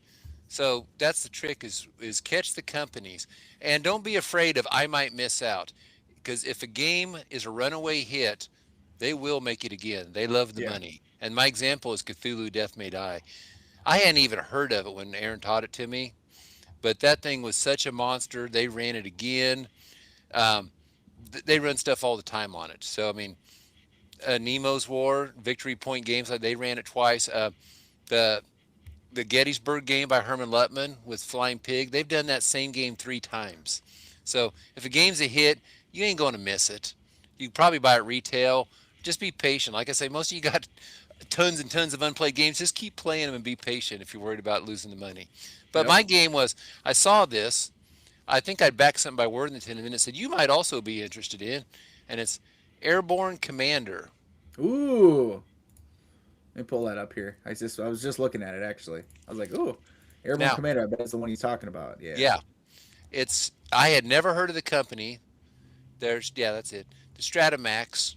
I never heard of this company. The game was $35, and the cards were just gorgeous. It was a deck builder. I knew it wasn't going to be a super realistic airborne game. It's a deck builder. Plays like Sure. other deck builders. Get rid of the crap cards and make your deck strong. The neoprene mat came later. I got it as an add-on because it's I like cool. that look though. Yeah, actually, I just ordered it straight from the company. But I looked at it. And oh, I don't know, man. These guys might screw me. These guys might screw me. And I finally looked at it. I go, it's $35. Yep. Is the world going to end if I lose $35? Now, I don't want to lose $120 or 150, 170, Yep. whatever. 35. I think this game has potential, and so I took a chance on it. Yep. And this thing came in the exact month they said it would come in. That was pretty Nice. cool. Oh, it's slick. Yep. Yeah, game is great, and it's cool. Like people could do Kickstarter, add to their bonus, and become one of the people. And like Major Judd, they'd put my name on there, or something like that. But it's a fun game and it plays fast. 45. It's my most played solitaire game. Wow. It's easy to bust it out and play a few games in a row. Like I said, it's not going to be a realistic, great airborne experience. You're not going to feel like Well, you're dropping in on Normandy, but it's just a no. fun game. And So, yeah. and it's so beautiful. It's the opposite when you talked about having a good game that's ugly. Yeah. This thing is just gorgeous. One of the prettiest games I have. So, anyways, that was me taking a chance. That's the only time I took a chance on somebody. I didn't know him, didn't trust him. I Yep. said, I'll do it, and it worked out. But that's part of the trick is don't go for that cult of the new with all the plastic that they try to tempt you with and stuff, and just say, I don't know you, I don't trust you. I'll buy this thing retail, or Yep. if your game's great, I'll buy it on the secondary market. But you might risk paying a little more but you won't get burned. So, anyways, Yeah. that's so I had that. I'll tell you an interesting one. There was a game called Rally Round the Flag, Why does that sound and familiar? it was three. It was they made three versions of the game. It's like division, regimental level, and core level game. And it had these weird, cool 3D looking stand ups and stuff like this. And I kept looking at the game, and it was I think it was Gettysburg game, and it looked so cool. And it was oh, what's that guy's name? Avalon Hill guy. He made Firefight. He's really legendary designer, and he'd passed away, and it was like his last game, and they were going on. Guy went on and on about I want honor his thing and his memory and legacy, and I just kept looking. I said, man, you can order 1, 2, or 3 games, and I said, oh, the company for this game, Stratomax, yeah, okay, um, and I said, I don't know, I just don't want to get burned on it. So I studied this company, and I was like, oh, they make that game Sergeants. I've heard of that. Then I went and started reading it, and super late on their Kickstarters, blah blah blah, just Yep. not a good feeling. So I actually wrote the guy who ran it. I said, look, I'm just doing this to you as trying to share. I'm not going to complain. I'm just sharing this as a business, something you might want to think about running your business. I go, I was really interested in this game, but when I looked up Sergeants, there's too many negative comments on how you run your Kickstarter campaign. I said, I just don't feel comfortable backing this. Otherwise, I would have. Yeah. He wrote back, oh, no, we're great, we're great, we're great. Guess what? The game almost took as long to deliver as the Civil War did. And I think it's the core level one's just completely uh, broken. When I say broken, you can't play it. Look at the comments. People said you can't even play the game. yeah. I've heard one of them's really good. I think it's the Division One is really good, but it's just like, dude, I don't know you. I don't trust you. You do not have a good reputation. So Yeah. that's my thing. Worthington had a little thing where they had a little undeveloped there for a little bit, but they did turn out games, and they turned out some pretty decent ones right in the middle of that. So now they just turn out such great stuff. It's like, yeah, I don't have a problem backing them in a second. Yeah. Now they're So like rock stars. Yep. yeah. Um, So my next one I'm going to show, um, this was, I said Worthington, man, this is one of the best Kickstarters ever. And I mentioned this on my Worthington, so I'm not going to talk a lot about it. This was oh the yeah, yeah. second Yep. edition. Okay, so the original one was paper maps, blah blah, all that stuff. This is the premium edition, and mountain maps. Just the quality of this thing, the box, everything. And I said, this is like GMT quality. Yeah, and this is when Worthington. Wonderful. Yeah. This is Very. when Worthington went from the reputation of, well, they make some fun, cool, light games, but they're a little low on quality, to they're playing with the big boys now. Now, this was their first foray working with China, and it was they were 10 months late on the game, and Oh really? Oh, well, I it didn't comes know down that. to it was their first time dealing with Chinese manufacturers and all this stuff and the logistics. Now, when Worthington does it, they usually come pretty close. Yeah. They So as I know. tell They. people, when these companies deal with China, give them a little break. They're not going to hit. They're not going to hit the target. Yeah. So they were 10 months late, but boy, when it came in, it was so good. So go back and watch the Worthington video. I talk about why this is my favorite system. I got this and Ghost Panzer and Texas Arrows. I backed the Stalin one you had, the Marine one. So just a super system. And this was everything I dreamed of and more. So that Yeah. was Worthington, man. That's when they really hit. And then after that, they think they did that Blue and Gray series. And then after that, they just started going to premium games Yeah. because They the just blue went and gray all. was paper maps. They Yep. really took it to that next level. At the same, this is another one. This here though is the absolute king of Kickstarters. Hands in the Hands in the Sea, sea. Yep. Daniel Berger, and Dan and I had worked on this. Dan had worked on it for like 3 years on his own. Then I come in and started playtesting with him. Made the Vassal module. We played all the time. He always beat me. We played like another 2 years, and just kept tweaking and tweaking and tweaking. So when I see these guys that don't develop their games, I get annoyed. And I think Dan spent 5 years on this game, Yeah. you know. So, but he got it. But anyways, one of the things that was really cool was this company that made this Nightworks. They were a very small company. I don't know if they're still around anymore. They're from Colorado, and guy had a side job. I mean, he was he had a job on the side. This was a side gig he did, and did Euro games. But he tried it out at a local gaming thing out of Colorado and said he'd publish it. Because Dan had a hard time getting a publisher. Because at the time, a few acres of snow was getting the reputation for being a broken game, which they found out the Halifax Hammer is beatable now. Um, but we tried every trick to try to break that game. And but anyways, yeah, that thing came out. Well, when it came out, and it was a very success for them. It was huge success. I think it made 35,000, which is just monster for a game like for that company. Oh yeah. When they sent, I said, "Hey, can I get the final artwork so I can update the cards?" And they did. And then when I did, I go, "Ooh, this Slinger guys doesn't have this one power listed, and Oh. these guys have a little thing wrong." Now here's the kicker: there's nothing wrong. What you promised. He didn't say you were getting this card. You know, it was just a card. Just I knew that card was better and better balanced. But I wrote Don and Dan, and I said, hey, Don's the publisher. I said, "Hey, these two cards are messed up." Well, on those sheets they make, the standard deck's 52. So the Yeah. the sheet that they make it on has 55. So you can Yep. even number. So there's 6 extra cards, and they made it those Deus Ex Machina cards. I tell people, skip those. Those are thrown on at the end. They're just to fill up the space. But they had looked over the front sheet, the first sheet carefully, and not the second sheet. The second sheet had 6 errors. Now this is Oh. what I thought was cool. Don told everybody there are 6 cards in error. I'm shipping this game, and then I'm going to ship you all the 6 corrected cards out of his pocket. So he Nice. found an American publisher to do it. They came out, the colors were off on the back, so you could tell there was a new card. Now, Oh me, I'm like, I sleeve these things because yeah. any deck builder, you shuffle a lot. You're going to rip Oh, those but yeah, cards you up. shuffle deck build. Like you basically, if it's a deck builder game, that's going in sleeves. Like I don't Yeah. care. But Don didn't like that, so he went back to the original publisher, got the 6 cards made up, sent them out again out of his own pocket. I was like, man, that is a man of integrity. Yeah. Because I commented, I said, they could have just said nothing, and only 3 people in the whole world who know those cards weren't right was the 3 of us. Yeah.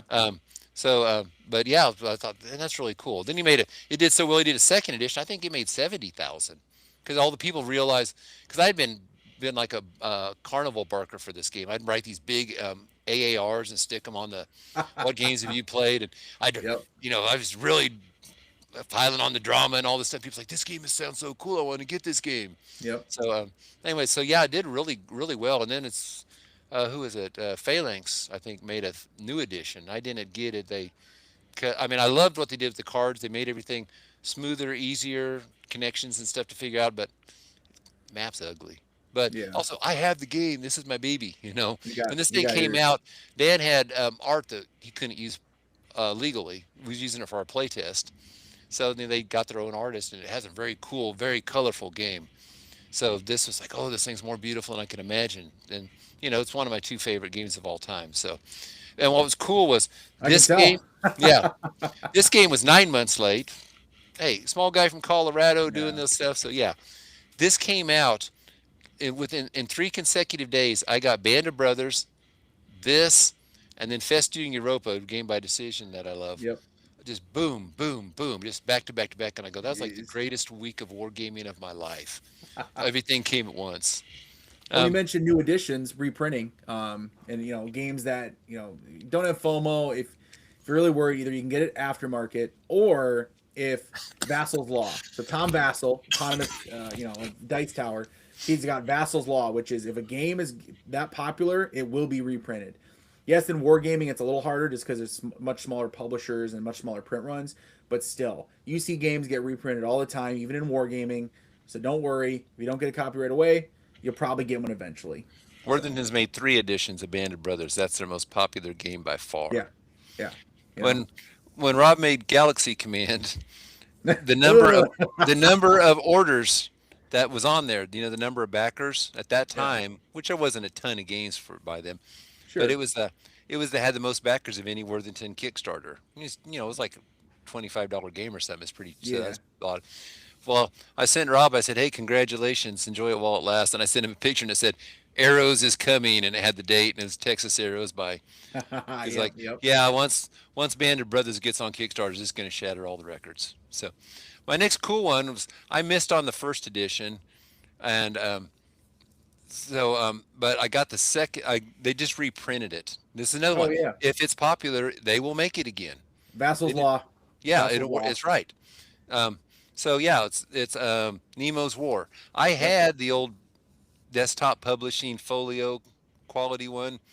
I liked it, but man, this thing, if you've seen it, it is gorgeous. Thick map. They have real little jewel pieces in there. So Yep.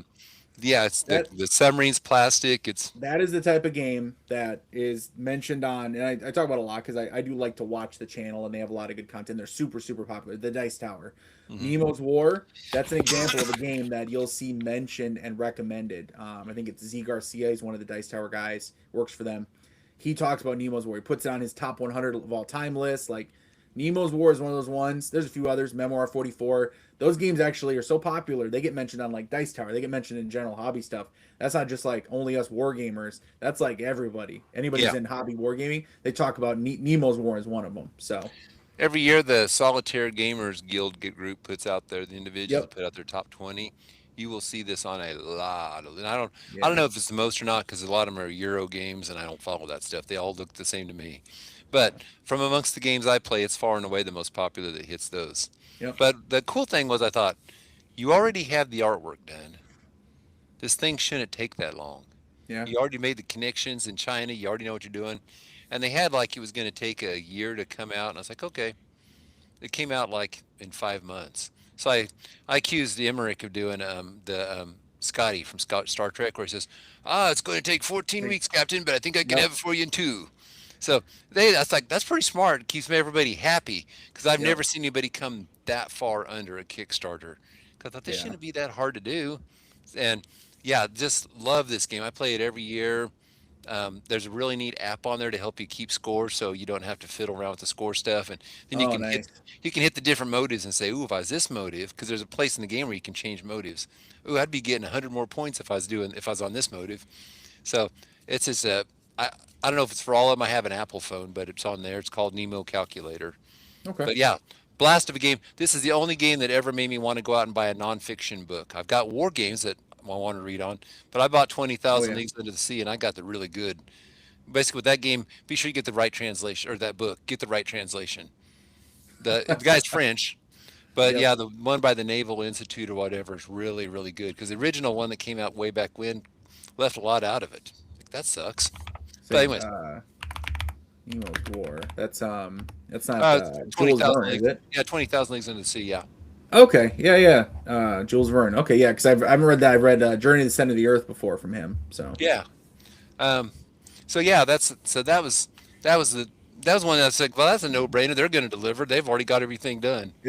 Christoph, me and Judd will probably do like a beginner, like a maybe so well I don't know the name of it. But we'll probably do a show on like beginner war games slash like maybe ways to introduce people to the hobby, and definitely something like Memoir 44, which the refresh version I have right there. That's one. I mean, you literally like yes, you have to. You're gonna want still want to play a war game, but it gives all the things of a war game. If you got a map, you got these hexes, you got units with values, you're rolling dice, but it's not a hex encounter. It's not like, yeah, let's bust out victory lost from MMP and let me show you how to play a war game. And they're just like looking at it like, what is this? I don't even want to Yeah. play this. Get them hooked with something like Memoir 44, and you can reel them in to the other stuff. Yeah, around I don't know, 2011 or so, that the memoir's not a war game. You got plastic pieces, blah blah blah. People whine about. Some guy had actually made counters for memoir, and it's That's funny. He goes, funny. "Here, use this. Now you got a war game. You got a hex Now, encounter yeah, war game." now you got no So, excuse. It's yeah, a real war game. yeah. So But it was pretty really funny. funny because you look at it because the numbers on there. They told like their movement and their Yep. number of dice they roll and stuff like this. That's But it's funny. pretty cool. Oh, So I want a set just for fun. now this is my successful decision game. I guess I got 3 by them. I mentioned the sniper game was just I was on chemo and I was like, I don't want to be a sniper. Yeah. Why did you order that one? So I bought 3 from them and shoots troop was a dud. This one really good, and man, you talk about taking a risk. You know, Like science or yeah, Burning fantasy, right? Banners. Yeah. It's a fantasy war game. It has Yep. magic, all the stuff in there. When you sat there and looked at it, the presentation was stunning. Christopher Mahler's like a fantasy artist. Now the villainous is funny. It shows my old man. I'm like, I'm all for girl power and I'm all for women having their chance on, but put on some clothes, dang it. You know. But anyways, um, but yeah, it's when I saw it, I was like, this looks really cool. There's elves, dwarves, goblins, all these different armies you get to have. They all have different advantages. Yeah. Humongous map, but you usually play them only on one of the four maps, unless you're like playing the whole campaign with all your friends. And it all sounded cool, but I'm like, this guy doesn't hardly have any design credits to his name. He has a Civil War game that's just sort of moderate, but he turned out he's an old school war gamer. And when he turned it out, it feels like an old school war game, something like from the 80s. Nice. And the basic rules don't have all the magic stuff. I only had time to play the basic. I've been fighting cancer more than playing this game. So um, so, so anyways, but yeah, it's a good game, and man, people have loved it. But the thing when it came out was $110 on Kickstarter. Yeah. But and well, Which I, is mean, a I lot, think I I mean, got that's a lot of money for yeah. Well, I think I spent war. 90 on it, but it still is a lot of money for a Kickstarter. War gamers. We're a little spoiled on by the way, the prices we pay. As Hmm. me and Judd have talked about this before, and you guys saw a little bit of that hints of like we non-war games. I mean, yes, you can certainly get non-war games for less, but a lot of them, it's such they make these games in such a way that are like to get all in, which who doesn't want everything, right? You don't want just the base game, you want the expansion and everything else. Well, next you're spending 150, 200, 250, 300, whatever.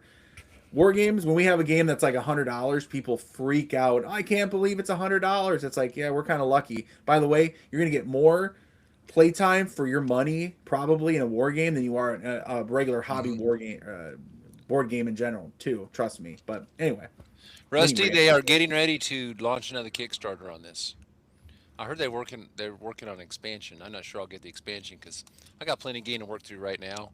You know, I like the completion, but I don't want the. I want to. Yeah, My shelves are limited, but anyways, but yeah. yeah, it's coming out again. It Vassal's Law is definitely kicking in. That's the This got law. to be I'm one of telling you. Compass's biggest successes ever. Yeah, Because I mean, man, when it came out and people start seeing it, you start seeing people drool, saying, "Man, I really blew it." And that's funny because I sat there and almost passed this up 100 times. Like, I don't know, man. This game it looks beautiful, but it's gonna be a dud. It's gonna be a dud. Took a chance, and there you go. yep. Yeah, Um, Nick Wayne, and they tempt you with sun drumming. Yeah, so like not only is it the game, but then the expansion or two. But then, oh, by the way, do you want miniatures, or do you want, or if a game comes with miniatures, sometimes they'll do like you can buy a game with pre-painted miniatures too. Which, because I'm not much for a painter, trust me, you don't want me trying to paint minis. So I'm just like, I mean, I'll go all in. That's why I've got. We already covered this. Me and Judd did a little bit, but like I've got a couple Gamefound, not Kickstarter as much as like I said is more of like gone to Gamefound for most games. I got a couple in my queue that I'm waiting for. One was like I think I spent $250 on, another I spent $300 on. Don't ask Judd how much he spent on Cthulhu Death May Die. Yeah, it gets crazy. Ugh, it gets crazy. But yeah. you get a lot for it, and you get a lot of gameplay. And if you don't, the nice thing is too, most of the time with these things, box them up, take some good pictures, box them up. You're gonna be able to sell them to somebody and make most of your money back, if not all of it. Just Yeah. depends. So So this was a labor of love. Kingmaker. Kingmaker game came out in 1974. It is a Oh, classic. before I was born. Yeah, I got it. I mentioned I Before had you those were two. born too, Judd. Oh no! I was an old Oh, geezer. I was in okay. junior. This is how old I was. I was in junior high when I played it. There was no middle school. It was junior No, high back junior then. high. Yeah, say Yeah, junior high. What? Oh, yeah, eighth grade. But I wasn't 74. By that was 83. So, but yep. anyways, buddy of mine introduced me to that and Starfleet Battles, and those were I consider my gateway games. They weren't my I know you first two love war Starfleet games. battles. You Yeah, talk about that online those a are lot. yeah, and people say stuff on Kingmaker about it's the original game where you are the kingmaker, which like that's what you're supposed to be. Yep. Maybe you have two friends, and I'm going to join him, and we'll take you out. But Yep. anyways, interesting because the odds are on the cards. There's no dice, stuff like this. But there was things like on the maps where roads didn't quite connect into it. It doesn't have hexes. It has areas, little tiny areas. Okay. Road connections weren't real clear, and stuff like this. Just lots of little nitpicky things. And basically, they had been taking these notes for years. They fixed the maps. They made new art, gorgeous. I mean, they has the original Kingmaker map, but this is four games in one. They have original Kingmaker, They have solo Kingmaker with a bot. I haven't played it. I just played the original because the original game's easy to play two-hand face up. The only hidden card you have is like titles that you can't assign because you don't have enough nobles, and I'm just waiting for to get another noble, so I'll sign that title. That's Yep. it. Um, but the but yeah, they have a game that has more chrome in it and a game that has like less chrome in it. But they have a double-sided map, and but they did all new card art, and it's gorgeous. A lot easier to figure out than the old card. Um, the towns all look the same, but they have little notes on there that now make it real easy to tell where it goes and stuff like this. Okay. So everything that could be improved on this game had been. This thing was decades in the making. I'd been remember hearing talk about them redoing Kingmaker when I first got on BGG, Yep. and they'd been developing this game, developing to develop. That's how you develop. This ain't just one of those. Oh, we don't know how many blocks are going to be in the game. No, they had developed this game for a long time. The company's funny. They make puzzles. Gibson. They make puzzles. So their Kickstarter adders were puzzles. Like I don't know, I'm cool. I don't need a puzzle. Yep. Yep. Um, but anyways, but they did a great job. Components are phenomenal. They did Kingmaker right, and I mean, I immediately sold my 74 copy because I don't need two copies on the shelf, and I'm not a Yeah. collector of history, but like that. But anyways, so that's when I was really tickled pink that they did it right because the game deserves it, and it's For fun. sure. So For sure. For my sure. last one, I won't talk much about it because I've talked about it before. Er, if I said Burning Banners is one of the two prettiest games in my whole collection, not the Oh, Airborne I know Commander. what. I said Yeah. it's a pretty one. I thought about this one. Yeah. Most fearful sacrifice. Yeah, 3 Days of Gettysburg for yeah. sure. Herman Yep. Luttman's. I always call this Herman Luttman's masterpiece. It's his Um, magnum opus. yes. I think it's safe to say that. It doesn't mean he doesn't have other great games or he's not going to have more great games, but I think at this point, pretty much his magnum opus. And Flying Pig Games, great production. I can't play the full game, and I covered Yeah. this when I did because I did some videos on this one when it came out. I think yeah, this is one where I can't play. I don't have enough table space for like the full game, but I was like, it doesn't even matter. Just playing partial to smaller scenarios, I still was like, this is what a production. Flying Pig Games. I mean, that's what they do now too. They do just fantastic, high quality of everything, and hopefully do the same when they second edition of Night of Man, which looks like it's coming. Oh, I Yeah. can't wait. But which I see the second edition on there too. For yep. So Yeah. See, this says second. And it's really more of a second print. I think they yeah, picked some fonts on something. Then the third printing is just yeah. just remake of this. Because I think the first one, the only real complaint I think I had, honestly, other than like the size of it, which is not a complaint because hey, this doesn't work for me and my table to have everything, is the fact that the player aid cards were printed with like the smallest font, and I was like, listen, I don't wear reading glasses, I don't have a problem reading, but even I was like, what is up with this font? Like they just squeezed everything down on this, so they expanded them, and I think that's where they changed the font and they increased the size of it. Yeah.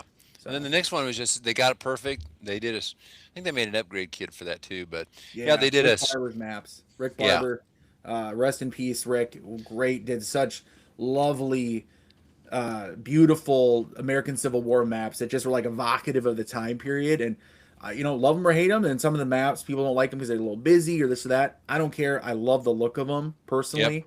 Um, I like and the way he did yeah, elevation in this better than Blind Swords.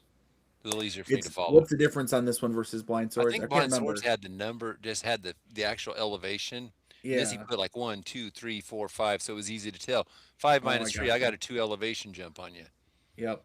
Yep. Um, but yeah, it was kind of cool. Was when after he passed away, that wasn't cool. But I heard this game come out, so I thought, well, that's Rick Barber's last map. Then, or Devil Dogs came out or That's a whatever, beautiful one. and it's a Rick Barber map. I'm like, cool. Then you see a Blind Swords game, it has a Rick Barber map. So obviously he had some before he passed. So I said Yep. it's kind of like Tupac when they find, I don't really a Tupac fan, but Oh, the way they oh, find his oh, lost music. recordings by Yeah. Tupac, like, you sure that guy's dead? Because he sure put out a lot of stuff for a dead dude. Yeah, it's been 10 years now. It's been 20 years. Where do you find it? Well, we found some old stuff. Yeah, you did not check his closet or what? No, but anyways, so I guess he had a decent. It's always kind of cool when I see him, but the Chickamauga map is not Rick Barber. They tried to copy his Yeah. style, but it's not Yep. like okay, Yep. well, it looks like we are quickly running out of Rick Barber maps. But anyways, the so yeah, this was, and I think Blind Swords is better for like Wilson's Creek. I would not want Yeah. to play Wilson's Creek in this big. I wouldn't want to pay this No. massive amount of money Yeah. with these big boards for that small of a battle. But if it's a multi-day battle, a 3-day battle, or Chickamauga, I don't think I'd want to play blind swords, and that would take forever with all those extra chits. You know, there's a lot more chits in that game than there than Yeah. the cards you put in this. So this, I said, this works. Herman's so brilliant. He figured out here's how to do the small game, Yep. the smaller battles. Here's how to do the big battles, Yep. and I'm going to make the best in both because I'm Herman Lutman. That's what I do. So, anyways, so yeah, that was a great experience. So that's all I have on my stuff. Those are my best Kickstarters. That was a pretty easy no brainer because they'd already made it, so I knew they had the Oh artwork yeah. and all, and it's That's going to deliver. no risk or very little risk. Let's just say that. Yeah. Nick says Knight of Man. I hope they convert to Hexes. Me too. I do. I think they will because that's now that. What do you call it? They call it the squad battle system because Mhm. now they're releasing Ya magazine. I think number 16, whatever the number is, and they're gonna kickstart it on February 3rd, and mention like, oh, you get like a squad battles game, and I was like, what's squad battles? And then it's like, oh, that's the system from Knight of Man, from '85, from the Vietnam one, etc. I was like, oh, I didn't know I had a name like that. I guess I don't pay enough attention, and most of the time I do, but I was like, I just didn't realize I had a name. So Knight of Man, I assume when they do second edition, they've said they're going to work on a second edition, which I give all credit to Judd I for that. No, I'm just kidding. But because we had talked about Knight of Man a bunch, and now they're announced second edition. There was another game too we were talking about. Oh, the Astra Titanus, and next thing you know, boom, coming out. So I think basically, guys, if you want to see what's going to be coming out in the future, especially from like second editions and upgrades, watch our show, and we're going to cover it because then they're going to make it. Maybe I don't know. Man, if I would have had you back in 2012, I could have got France 1944 all that much faster. You would have had it way faster.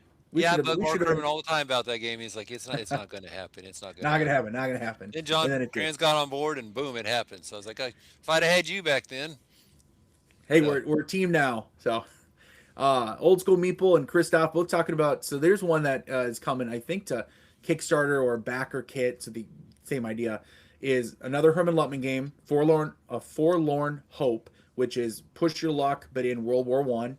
I think Herman has said that this is what he wanted to originally kind of do mhm. before he ended up doing in Magnificent style, like American Civil War, more popular than World War One, right? So they went with that, but this will be coming from, and it's Wharf Rat Games, their first game. I would feel reasonably confident they're going to pull this one off. No promises though, so don't take so if it bombs or you don't get your game, don't look at me if you back it. But this is one that I'll either be backing or getting a copy in some way for sure. So let's see.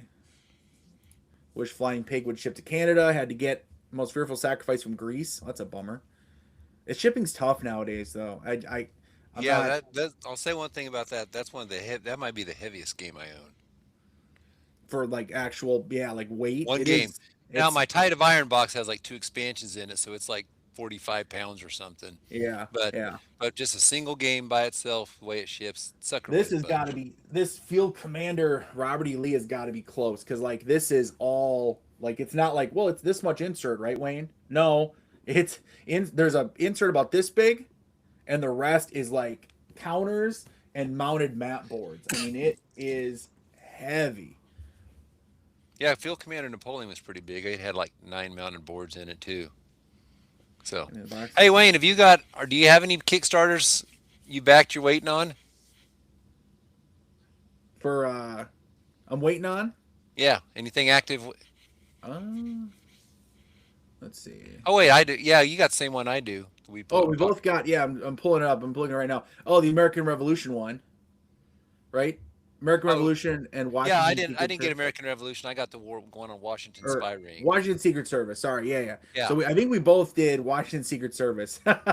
yeah, So, and it's funny because I mean, I got the Alexander Rose book on it, which is like the authority of book. There's two books I have them both, but that Alexander Rose one is like the authority on the Washington on the whole Spy Ring thing. So I read it like 15 years ago, and it's like, oh, this, and it's like even Joseph Ellis, the famous historian on it, said, I always knew there was a topic in there if somebody was willing to do all the research for it. yeah, And so it's kind of like it's kind of cool we got a game on it because it's a unique concept. Now somebody said it's like some Shogun game, so it might not have a lot of theme. And I said, hey, I'm the Shogun of Harlem, so this automatically rings with me. Yeah, he did. Doug asks, is Antietam next from Herman? Assuming I you don't mean know. that system, the Black Swan system. I don't know. I'm not as hooked on the Black Swan system, and I don't mean that in a negative way. I love Blind Swords. Blind Swords is my favorite of those American Civil War games systems, all related systems. I'm a little more hooked into that, but so I don't know what the next one is on the big scale, the Black Swan. But I don't know. Oh, and here Rusty says Herm's working on the second Tattered Flags because I covered the first Tattered Flags game, which is actually a really beautiful game. I got to show that off some more sometime, but yeah, not sure about Antietam with other things. Was Stupid Tattered Joe, Flags yeah, was Tattered Flags the Gettysburg cornfield game? yeah, yep, yeah, Okay. and yeah. So I have yeah, and he released that new, yeah, well, newish now with through Blue Panther. So really beautiful art on that, and really cool like miniature style like map, canvas map with like the dots like miniatures style. So like you kind Hmm. of rotate around the dot, but like it still works really well. It's not a miniatures game. You have to paint miniatures or mess with miniatures, which I do not do. So yeah, wheat field. Sorry, yeah, wheat field. Yeah, yeah. Here we go. Right, Yeah, yeah, wheat field that's there. good to know. I had the original Victory Point game, but I didn't hold on to it. It's so it's cheap paper map counters and just Yeah. is easy to bump and mess up, and I Ugh. wasn't really feeling it at the time. So I thought, man, if somebody ever did a nice version of this, I think this could be pretty cool. Yes, Tim. So, assuming you're talking about Field Commander Robert E. Lee, so I filmed my recon, which is my version of an unboxing slash preview. I did all that. I do want to I have a couple games coming out, like sets of videos ahead of that, but I will be covering it. I want to say the third game coming. So like I have you'll see two more games coming to my channel. That'll be covering, and then I'm going to cover Field Commander Robert E. Lee. So, but I've also played the one of the campaigns from it already. I don't want to give any opinions yet, just because I'm not comfortable enough, familiar with it enough to give opinions on it. But I'm learning it, I'm playing it, and I will be covering it on the channel for sure, Tim. It will be coming. It's going to take a little bit pace, as I've said before. I like to space my stuff out, space my videos, because the amount of time and effort I put into them, I want to give them time to breathe. So like I like to have a game, I focus on it, I deep dive on a game, I have 2, 3, 4 videos on a game, and I want to let that kind of breathe on its own for a week or two. And then now me and Judd are doing these shows too, that kind of stretches things out a little bit. So it's coming though. Yeah, it's gonna be covered for sure. So Daniel says you should make a label, Wayne, that says Kickstarter approved by Wayne before publisher goes to the project to crowdfunding. New business line. Yeah, right. It'll be Judd and Wayne approved. That's what I want. And then I'm sure we'll make a lot of money off that. All the money there is in wargaming. Yeah, uh, it's like when I kidded Mike Ranella about his um, Stalingrad game about oh, and he's driving. the Yeah, he's fourth driving side, around his whatever. Ferrari, lighting his Yeah. cigars with $100 bills. I think at this point, I make enough ad revenue from my YouTube channel that I can buy like one game a month, which I'm not gonna, like laugh at or anything. I mean, that's a game that I don't have to purchase out of like my money, right? Like this, but I mean, I spend a lot of time on the channel and I love it. It's a passion, it's a hobby, and I absolutely love it. Love wargaming, I love showing off the games on the channel. But yeah, I basically get like one free game out of it. So per hour that I put into it, I make like 25 cents an hour. Maybe more than that, but not much more. Hey, there's a note up there. Worthington just dropped the Kickstarter for Astra Titanus. Yeah, so there's I think is it out or is it the preview? I saw the preview. I'll tell you what I know I'm going to be doing after the show ends. I mean, oh, it did. Whoa. They did. Hang on, guys. I'll show it off here. Judd, we gotta cancel the rest of the show so we can get over there and look at it here. So I'm gonna pull it up quick, guys. So yeah, I see that. Look at that. Look at that. Just launched. Fresh. There you go. Astra Titanus. Yeah, they must have. See, me and Judd talked about it. I had a video playthrough, and next thing you know, 2.0 edition coming out. So coming out through Pungo Games, which is Worthington. They own, however they do that. But Astra Titanics Deluxe. Maybe they got me tired of 2 weeks in a row saying Worthington really dropped the ball by not doing Astra Titanus. That's the game everybody wanted. Yep. It's like, man, we can't do this. You're gonna be dogging us every week about this. They don't want to deal with that. Yeah. Upgraded, sturdy box, hard mounted game board, large thick counters rounded corners, high quality poker sized cards, counter tray, and more. Well, it's Worthington, so I expect basically updated rules with new gameplay, 12 scenarios, random scenario generator. Ooh, You just know, that's having. another cool thing Worthington does Ooh, that's is slick. when they put a link to the rules. They're not, they're not the Yep. finished laid out rules, but you can look at the rules. So you know it's not like that one game where they sat there and oops, you're not your sci-fi, the fantasy game where you say, yeah, they got rid of this subsystem and this subsystem. Yeah, I like that you the can actually get on and read the rules. Warfighter Fantasy, where they were literally like change, like a year after the game was supposed to be already released, they were basically like changing systems, and they're Yeah, talking about playtesting stuff. Like playtesting, this game should be in our hands already. Like yeah. what happened? Ooh, I mean, we did yeah, Hands in the Sea. I'll be It's back funny in when this that one. Kickstarter launched. Dan and I just kind of took a break. We didn't play it for a year because like we were playing like every other week or something before that. I was like, Hey, cross the finish line. We got it right where we wanted to. Got it out the door yeah, on the Kickstarter. Let's kick back and relax now. yeah. Live buy from I don't want to show. I can't remember if it shows off my credit card or anything. So let's not do the live stream buy of Wayne backing this. But I will literally probably be like, as me and Judd end their show here shortly, I will be probably backing this one. But I see they did put up my little playthrough, which, hey, there you go. Check it out, guys. You want to see the OG one in action? Uh, Crappy quality components and all. Yeah, Not to compare make the fun two and of you'll see how good it is. BPG. They did what they could, but I'm excited to see what Worthington or Pungo Games, whatever, but Worthington ish has done with this one. Neoprene game mat. Oh man. Oh boy. I may have to do that too. I don't know. And then some reviews, Marco and drive through games. So interesting. And what is it? How much is it? Let's see here. Dun, dun, dun. 59 bucks. That's it. And then neoprene mat makes it 110 if you want that as well. But 59 bucks for and then you get STL files. You can 3D print 3D print the Titan ships if you want. I don't have a 3D printer, but this would be the one game that I'm like, hey, can you guys do miniatures? At least those. Can you do little minis for those? And but I like the missiles, how they look. Where is it at? Right here. The missiles that are like shaped kind of like a missile. You know what I Uh mean? huh. Like a warhead instead of just a generic square counter. So Yeah, I think Astra my playtest. Titanus. I Interesting. think Look my at that. playtest kit has the 3D printed ones in Oh, it. that's right. Because you said you just got it, or Yeah, I just got it a couple days ago.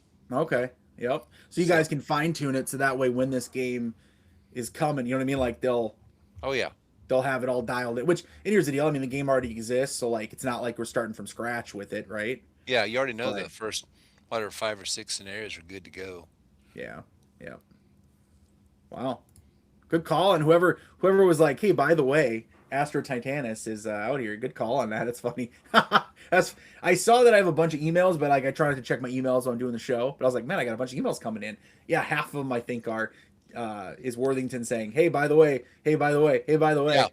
Since you So backed this game by Worthington, you might be interested in this. eh, But since my you backed least a favorite lot of games thing, by Worthington, you get one email for each eh, one. and it's not just Worthington. Everybody does that. And it's probably my least favorite thing about like Kickstarter and stuff and Gamefound is that if you've backed, say, I backed 6 DVG games or 6 Worthington games, well, then every time they release a new product, they like to contact all the people from the other ones. Well, if I back 6 of them, I get 6 freaking emails saying, "Hey, have you checked out this game?" It's like, well, I will now. But anyway, oh my gosh, that's fun. Judd, you got any other games or anything else you think? Or whew, Um, I could talk all day about it, but now I made that geek we're list good. on my Yeah, thing. perfect. Yeah, we have All 2 hours. Holy cow! yeah, on my What a good Kickstarter, chunk. mine I tell like when they promised it, when it actually showed up, and Yeah. what my final thoughts were, and blah blah blah. And so Rusty, that sounds Napoleonics. I don't think so. You don't know my stance yet on Napoleonics. That's a no no for me. As of right now, anyway. We've been over this though. One day, we have not given up hope. no, one day you guys are gonna get me. I'm stubborn. Okay, so just give me a chance to work my way, and eventually when I feel ready, uh, however you pronounce it, Viva l'Empire, whatever, maybe that one, because that's a solo one by Herm, right? Published by White Dog Yeah, yeah. Blue Panther. or Blue Panther through Blue Panther. Okay, all right, yep. So that's a possibility. I've got Close Quarters Battles Waterloo right here from Lock and Load Publishing. That's one that I've looked at on and off, like side-eyed a little bit, like maybe I'll bust that one out, but I'm not there yet, guys. I think part of my problem with what got for getting Napoleonics is I hated their uniforms. I thought they looked like a bunch of fops. Yeah, it's Their a little goofy when bushy they're wearing hats and it. over the top Yeah, uniforms. Like, for her, yeah, for kind of her. like from that Star Trek original series. The little bratty guy that Captain Kirk's supposed to have the duel with. The Oh, yes, I know what you're talking about though. Yes, Yeah, and if you read Peter David's book, it turns out that that's a son of a Q. I was gonna say that's a Q though, right? Yeah, that's kind of the Well, that's how they wrote the pre-Q. novel. It doesn't mean it's Yeah, but yeah, yeah. Remember how he kind of dressed up like a fop and he's yeah. he's playing his organ and all. Oh, it's like, dude, you're lame. Captain I Kirk was should have just smacked you in the quoting him jaw. to my wife the other day. True story, and I think she looked at me like, "What?" Because you're like Yeah. quoting a Star Trek show from the '60s, which decades before me or her were born. But I'm like, I love it. I love old Star Trek. Star Oh Trek yeah. original series, Star Trek Next Generation, DS9, Voyager 2. Although the original series and Next Generation are definitely my two favorites by Yeah. far. Those are like 10 out of 10. So, 10 but out of 10. time But goes on. I said, man, those French were pretty tough back then, yeah, but they still look like a bunch of fops. yeah, Imagine if they still had goofy real. in the uniforms, but Imagine they had cool uniforms like yeah. America. Need a tricorn hat. Well, hey guys, I think we're gonna wrap it up. Thank you Okay. so much, everybody. 2 hours. I think two hours of show is the longest show yet. We had fun, a lot to talk about, a lot of good games, and it looks like more games to come. Astro Titanus 2.0. So Judd, you get busy play testing, so make sure that when it's released, it's fine tuned and to perfection. And I think I'm gonna go check out that There's also a Kickstarter right two-player after we're done. variant. They have two-player rules in this one also. There you go. So Maybe I'm gonna get maybe a this will be the couple. first game that me and Judd ever play 2-player. There you go. Maybe. No promises. Oh, don't everybody. forget when Wayne publishes this in just a second, and it Oh. goes out to YouTube. Oh yeah. Yep. Get in the comments. Comment. Give us some ideas. Comments in, so comment not in the chat right now. I mean, you can comment in the chat if you want, but also in the actual comment section of YouTube. So after it's live, after it's not live anymore and it's a posted video, complete video, go to the bottom, scroll down to comments, and you guys make sure to put in any ideas you have for any sort of topic. Can't guarantee we'll use it right away, but like I make a list of them, and I've seen some other comments from you guys, some good ideas, something that you think that you and others want to hear about, and you think maybe we can talk about with at least maybe a little bit of knowledge.